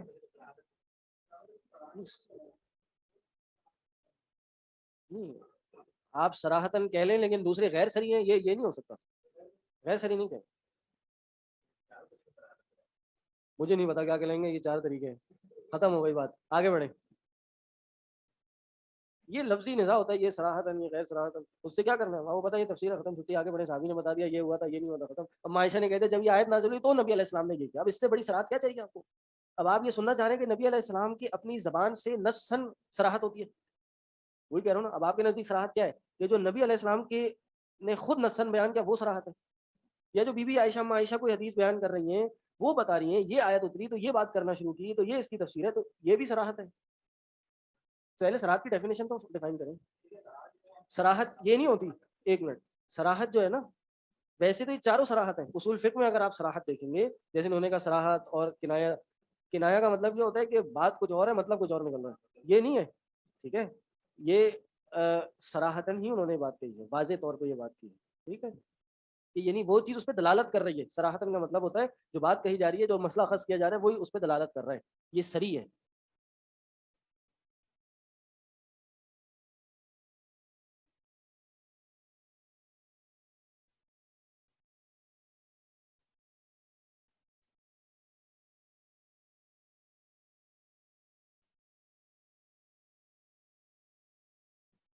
یہ زیادہ ڈیٹیل میں نہیں جانا چاہیے.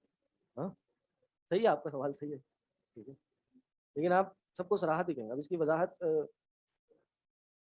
ہاں اختلاف ہے بہرحال, یہ اختلاف سمجھ لیں کہ یہ جو اس اصطلاح کا جو ایپلیکیشن ہے نا وہ الگ مقام پہ الگ ہے. صحابی کون ہوتا ہے؟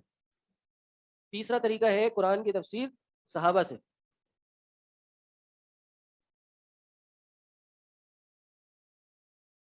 صحابی کون ہے؟ ہاں نبی علیہ السلام سے ایمان کی علامہ, ایمان کی حالت میں ملاقات کی ہو, اور ہاں اور ایمان کی حالت میں ہی وفات ہوئی ہو. کیا نہیں ہے صحبت, نہیں صحبت نہیں, ملاقات شرط ہے. کچھ لوگ کہتے ہیں دیکھنا ہے, دیکھنا صحیح نہیں ہے کیونکہ بہت سے جو نابینا ثابت ہوئے تو نہیں دیکھا تھا, تو ثابت ہوتے. ملاقات کہنا,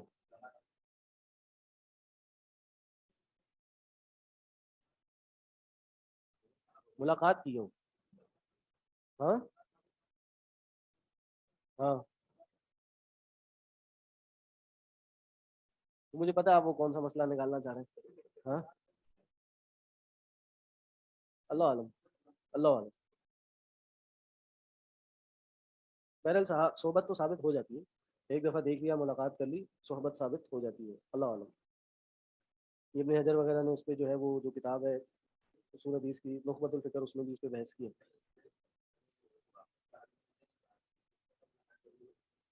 ہاں ایک ملاقات سے صحابی ثابت ہو گئے.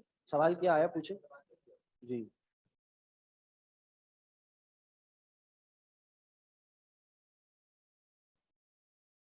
ہاں, اسلام میں مقام صحابیت بہت بلند ہے.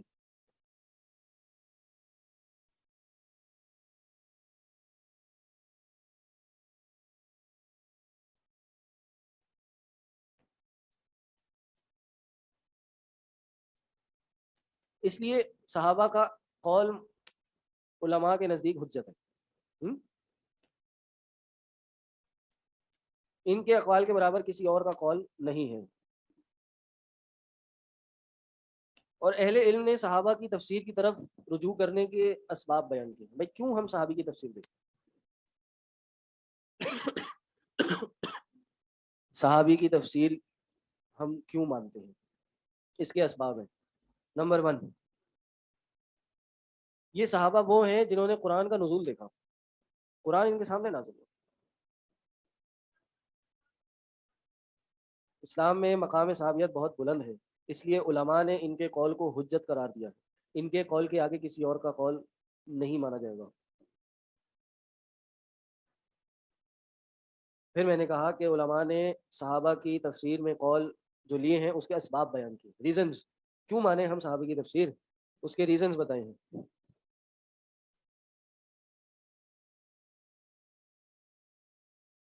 نمبر 1، انہوں نے قرآن کا نزول دیکھا ہے۔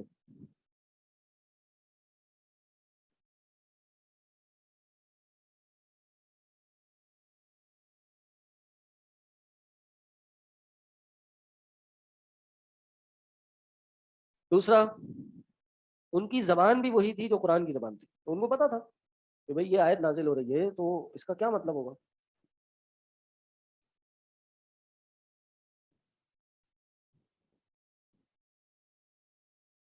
تیسرا، جی، ہر صحابی کی نہیں، لیکن اکثریت کی زبان جو تھی وہ عربی تھی۔ جی،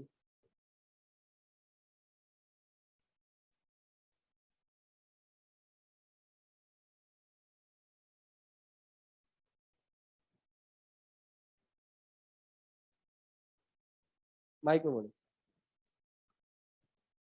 نمبر 3، ان کو یہ بھی معلوم تھا کہ قرآن کس کے بارے میں نازل ہوا، عرب یا یہود۔ جی۔ نمبر 4، ان کی نیت بالکل خالص تھی، مقصد سلامت تھا، اپنی جیبیں بھرنے کے لیے انہوں نے تو قرآن کی تفسیریں نہیں کی۔ ہاں؟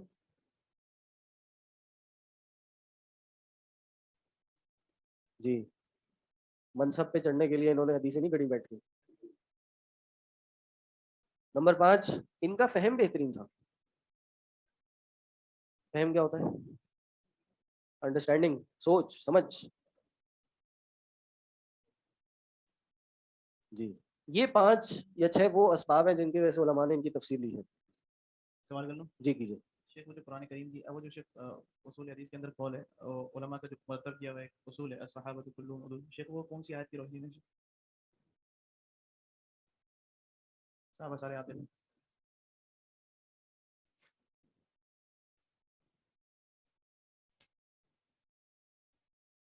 رضی اللہ عنہ میرے علم میں نہیں، لیکن اصل بات یہی ہے، صحابی کی اگر صحبت ثابت ہے، صحابی ہونا ثابت ہے، تو پھر اس کے لیے یہی قاعدہ ہے کہ رضی اللہ عنہم ورضوا عنہ، اور کل صحابی عدول، ہر صحابی عادل ہے، یہ قاعدہ ہے۔ اب یہ اس آیت سے لیا نہیں لیا، اللہ عالم، اللہ عالم۔ جی، مائک میں۔ قرآن کی موجودہ ترتیب کو کیا کہتے ہیں؟ توفیقی، متواتر، متزلزل، مسلسل۔ یہ کہاں دیکھ کے پڑھا آپ نے؟ یہ آئے گا، سوال آئے گا۔ بتا دوں مجھے۔ جی جی آئے گا، انشاءاللہ آگے آئے گا، تفصیل سے بات کریں گے اس پہ۔ ایک اور سوال، صحابہ نے قرآن کی تفسیر کیسے کی، یا کہہ لیجیے صحابہ کی تفسیر کے مصادر کیا تھے؟ ہم کہہ رہے ہیں نا یہ صحابہ کا طریقہ ہے تفسیر کا، یہ سلف کا طریقہ ہے تفسیر کا، کیسے انہوں نے تفسیر کی، تو ان کے مصادر کیا ہے؟ نمبر 1 قرآن، وہ قرآن کی تفسیر قرآن سے کیا کرتے تھے، اس کی مثالیں موجود ہیں۔ نمبر 2 حدیث نبوی، وہ قرآن کی تفسیر حدیث سے وہ بھی کیا کرتے تھے، تبھی ہم نے ان سے ہی سیکھا ہے۔ تفسیر قرآن کی قرآن سے، حدیث سے، صحابہ کے قول اور پھر جو طرق ہیں ان سے ہی ہوگی، لیکن تفسیر کی اپلیکیشن، تفسیر کا بیان آپ جیسے جائے کرتے رہیں اس تفسیر کی روشنی میں، صحابہ کا فہم، ان کی تفسیر۔ لغت عربی سے کی ہے صحابہ نے تفسیر، اہل کتاب سے جو اخبار ملتی تھی اس سے بھی تفسیر کی انہوں نے، اسرائیلیات کہہ لیں ان کو، ٹھیک۔ اور 5واں فہم اور اجتہاد سے۔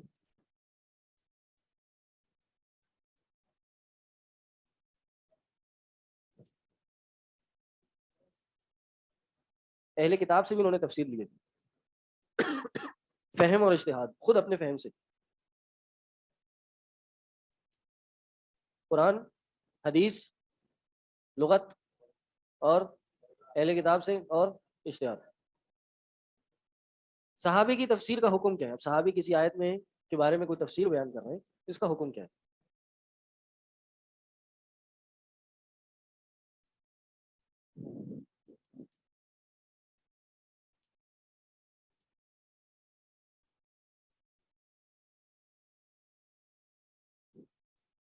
بعض اہل علم نے لکھا ہے کہ صحابی کی تفسیر مرفوع کے حکم میں ہے. مرفوع کیا ہوتا ہے افنان؟ مرفوع کیا ہوتا ہے؟ مرفوع عبدالصمد، مرفوع کا معنی کیا ہے؟ رفع، نصب، جر. مرفوع منصوب مجرور. جی ہاں، نبی کریم صلی اللہ علیہ وسلم کا قول فعل یا پھر تقریر. کیا کریں؟ نہیں، مرفوع سے مراد نبی علیہ السلام کا قول فعل امر. تو بعض علماء نے لکھا ہے کہ صحابی کی جو تفسیر ہے نا وہ بھی مرفوع کے حکم میں ہے. یعنی وہ گویا ایسی ہے کہ جیسے آپ نبی علیہ السلام کی کسی آیت کے بارے میں تفسیر ایکسیپٹ کرتے ہیں، اسی طرح صحابی کی بھی تفسیر آپ ایسے ہی ایکسیپٹ کریں گے. جی اس کو کہتے ہیں مرفوع حکمی، آپ اصول حدیث میں پڑھیں گے.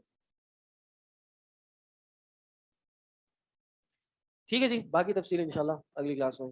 سبحانک اللہم و بحمدک، اشہد ان لا الہ الا انت، استغفرک و اتوب الیک. السلام علیکم و رحمۃ اللہ وبرکاتہ. کل بتاؤں گا انشاءاللہ.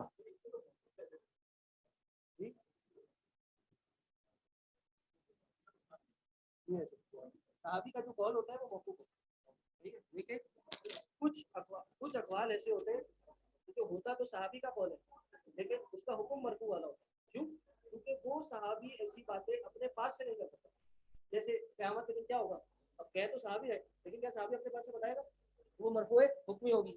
جو صحابہ کا قوموں کے اخبار جو ہیں وہ اس میں کیا ہوا تو وہ صحابی اپنے پاس سے نہیں بتا سکتا.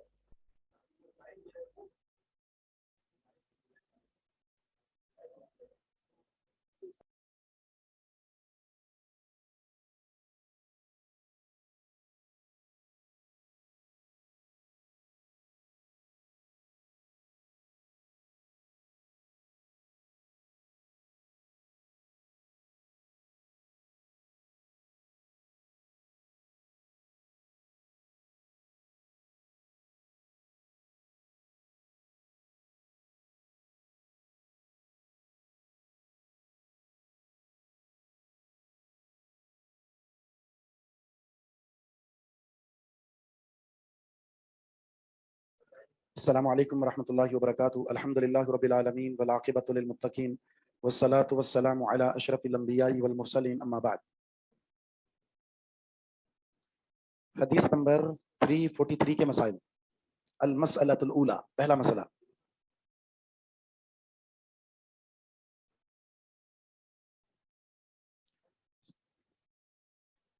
ذمی کافر، ذمی کہتے ہیں اقلیتی، جو اسلامی ریاست میں ٹیکس دے کر رہ رہا ہو اس کو ذمی کافر کہتے ہیں. نہیں، ذال سے، ذال جی ذمہ.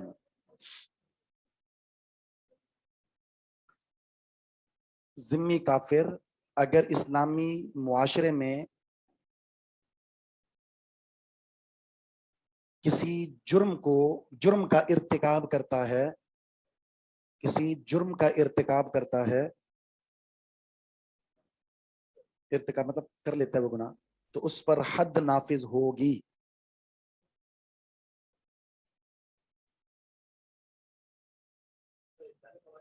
جی بالکل، جیسے یہاں ان کے ساتھ ہوا ریاست مدینہ میں، اصلی والی، ٹھیک ہے، ریاست مدینہ میں یہ یہودی آئے تھے کیس لے کر، تو ان کو اسلامی حد کی روشنی میں سزا دی گئی ہے. وہ تو ویسے حجت پوری کی گئی ہے نا کہ ہم جو آپ کو سزا دینے والے ہیں یہ سزا ایسا نہیں ہے کہ صرف اسلام میں ہے، وہ تمہارے مذہب میں بھی ہے. تو وہ سزا اس لیے نہیں دی گئی کہ تورات میں ہے، وہ اس لیے دی گئی کہ قرآن میں، بس صرف ان کو مطمئن کرنے کے لیے کہ تمہارے مذہب میں بھی ہے. یہ حد نافذ ہوگی، حد نافذ ہوگی. نمبر 2، غیر مسلم شادی شدہ،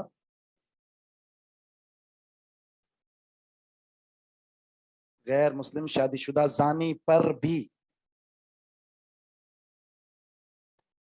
اسی طرح حد نافذ ہوگی جو مسلمان پر ہوتی ہے.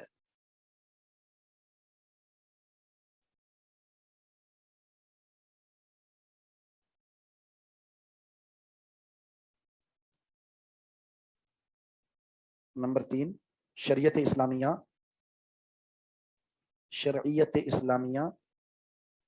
دیگر تمام شریعتوں پر حاکم و غالب ہے.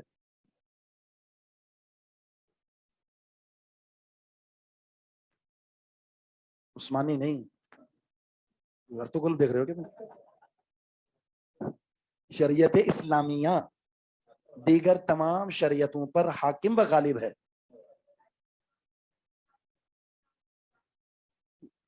بالکل غلط.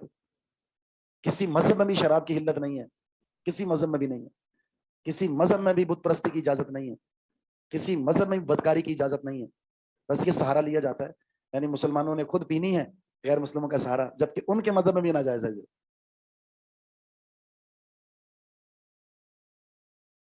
جی اسی وجہ سے کہا, یہ جو میں نے آپ کو مسئلہ لکھوایا وہ اسی وجہ سے لکھوایا ہے کہ دیگر تمام شریعتیں کیا ہو چکی ہیں, ختم. اس لیے غالب یہی ہے, حاکم بھی یہی ہے. جی نبی آنے سے سابقہ شریعت منسوخ ہو جاتی ہے.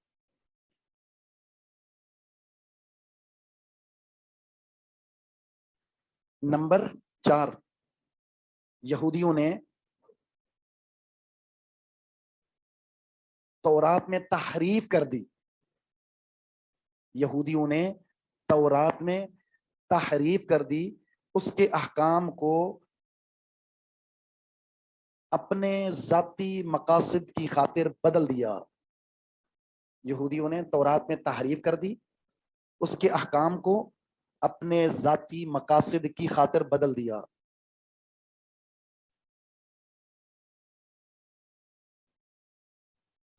بہت جگہ بدلا. میں نے 2 مثالیں آپ کو قرآن میں بھی آپ کو نظر آئیں گی. کہا گیا تھا نا کہ ہفتے کے دن مچھلی نہیں پکڑنی, تو انہوں نے ہفتے کو نہیں پکڑی, اتوار کو پکڑی. لیکن کیا کیا انہوں نے, وہاں سے ایک راستہ بنایا اور وہ پانی اس راستے سے ایک حوض کے اندر آ گیا, اور وہاں سے پانی کے اخراج کی کوئی صورت نہیں, مچھلیاں وہاں نکل تو نہیں سکتی تھی, اتوار کو پکڑ لی انہوں نے. اسی طرح دوسری سبیل کیا تھی, قرآن میں ہے کہ ان پر چربی حرام تھی. چربی, تو انہوں نے کیا کیا, چربی کو پگھلایا, آئل بنا کر بیچا. ہم تو چربی نہ کھاتے ہیں نہ کھلاتے ہیں, ہم تو آئل پی رہے ہیں کھلا رہے ہیں. دھوکا. اچھا مسلمان بھی ایسے کرتے ہیں, آج بالکل نکل رہی ہوتی. جیسے بعض فقہ کے تو مسائل ہیں جی, اگر کوئی شخص زکوٰۃ نہیں دینا چاہتا تو ایک تو پاکستان میں قانون ہے, بس آپ کو ایک فارم فل کرنا ہے, زکوٰۃ نہیں ہے آپ کو, ختم. بس آپ یہ کہیں کہ آپ مسلمان نہیں ہیں, یہی کھانا ہوتا ہے اس میں تقریباً. ٹھیک ہے جی. دوسرا ایک اور بھی ہے, آپ رمضان آنے سے پہلے مثلاً آپ پر جو ہے سال مکمل ہو رہا ہے نا, رمضان میں مکمل ہو جائے گا, تو آپ کیا کرتے ہیں, رمضان آنے سے پہلے بیوی کو کہتے ہیں تم رکھ لو یہ تحفہ, اور 15-20 دن کے بعد بیوی کو اشارہ کرتے ہو واپس بھی کر دو, بیوی واپس کر دیتی ہے. دونوں کام وہی ہیں. پہلے آپ تحفہ دے رہے ہیں اس نظریے سے کہ واپس لینا, یہ ویسے ہی غلط ہے. ابتدا جب غلط ہوگی تو انتہا بھی غلط ہوتی ہے. ابتدا غلط ہے تو انتہا, پہلا کام ہی غلط کیا, زکوٰۃ سے بچنے کے لیے بیوی کو آپ نے پیسے دے دیے تحفے میں, اور پھر دوسرا کام غلط یہ کہ تحفہ واپس لے لیا. اور تحفہ واپس لینے والے کی مثال کتے کی طرح جو کہہ کر کے چاٹتا ہے. صرف ماں باپ اپنی اولاد کو دیا ہوا تحفہ واپس لے سکتے ہیں, اس کے علاوہ نہیں, اس کے علاوہ کوئی نہیں. اچھا جو مسئلہ بتا رہا ہوں صرف وہ سمجھے آپ. بیوی نے دے دیا, اب جب آپ کے پاس آئے گا تو پہلا دن دوبارہ اسٹارٹ ہو گیا آپ کا. زکوٰۃ تو نہیں ہے, زکوٰۃ تو سال پورا ہونے پر, میرا تو پاس پہلا دن ہے. اچھا دوسرا, اگر آپ چاہ رہے ہیں کہ عید سے پہلے قربانی کا گوشت کھائیں, تو اس کا طریقہ یہ ہے کہ اپنے جانور کو لے جائیں ایسی جگہ پر جہاں عید ہوتی نہیں ہے, 2-3 لوگ رہتے ہیں وہاں, تھوڑی عید ہوگی, وہاں جانور ذبح کریں فجر کے بعد. ٹھیک ہے, اور اس کے بعد جب ذبح کر کے اپنے گھر میں چھوڑ کر آپ عید کے لیے جائیں, اور بیوی پیچھے سالن بنائیں, نماز نہیں پڑھے گی, عید سے پہلے کھانا ہو گیا آپ کا, کھا کر بھی جا سکتے ہیں. اسی طرح اگر کسی کے گھر میں چور داخل ہوا, اندر 2 باہر کھڑے ہو گئے, ایک اندر چلا, اندر والے نے دیوار کے اوپر سے سامان پھینکا, اندر سے نہیں اوپر سے, اور باہر والا باہر سے اٹھا کے گاڑی میں رکھ رہے ہیں, تو یہ خالی ہاتھ دروازے سے باہر نکلا, وہ باہر سے سامان اٹھا کر لے گئے, تو کسی پر چوری کا الزام نہیں ہوگا, ہاتھ نہیں کھڑے. کیوں؟ اس لیے دیکھیے جو اندر تھا وہ خالی ہاتھ باہر آیا, جو باہر سے سامان لے کر گئے وہ اندر نہیں آئے تھے, تو چور کون ہے؟ کوئی بھی نہیں. ان کے ساتھ ایسا ہونا تو تیرا یہ فقہ کے مسائل ہے, فقہ کے مسائل ہیں یہ.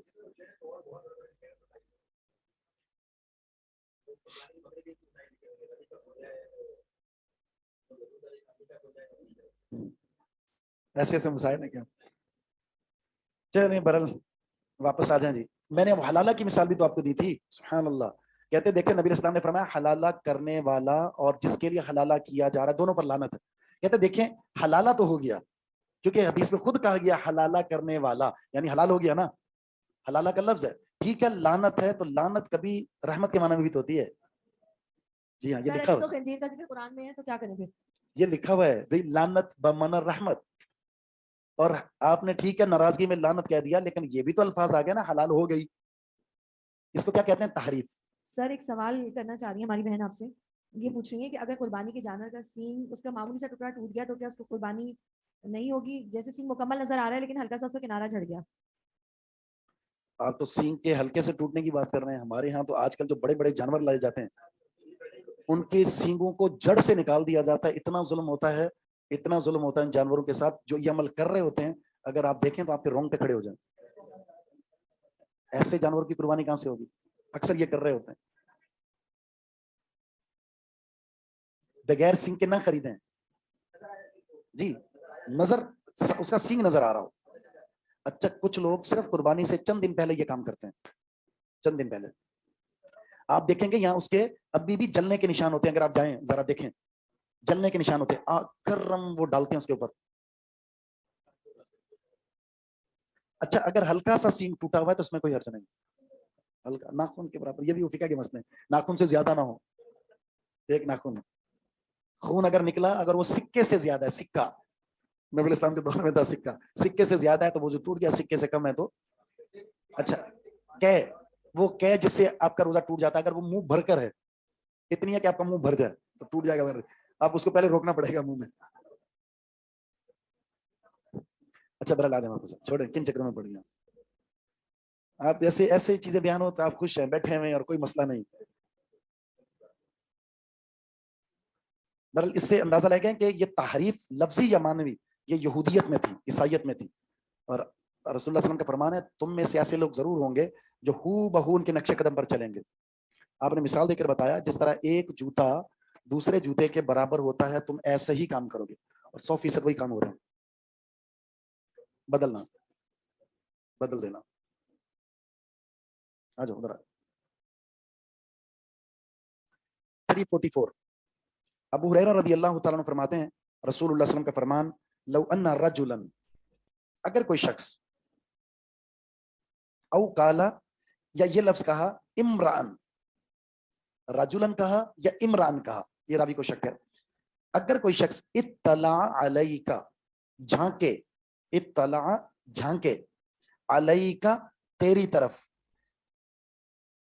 بغیر اذنی کا بغیر تیری اجازت کے, آپ کی اجازت کے بغیر وہ گھر کے اندر دیکھ رہا ہے, دیوار کے سوراخ سے, دروازے کے سوراخ سے, ٹھیک ہے دروازہ بند تھا, دروازے کے اندر پردہ ہے, ہٹا کر دیکھ رہا ہے اجازت کے بغیر.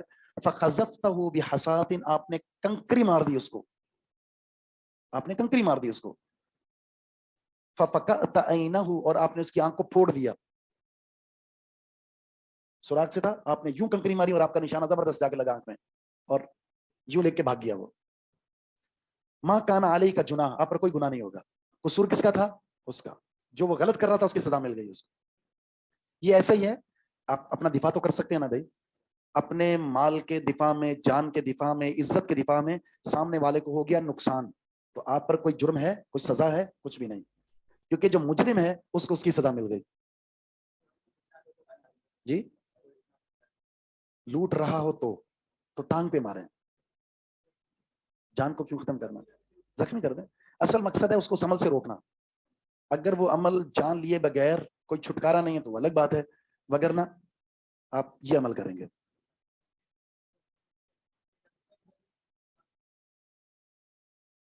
یہ روکا گیا ہے اسے جو یہ عمل کرتا ہے کہ ایسا مت کرنا.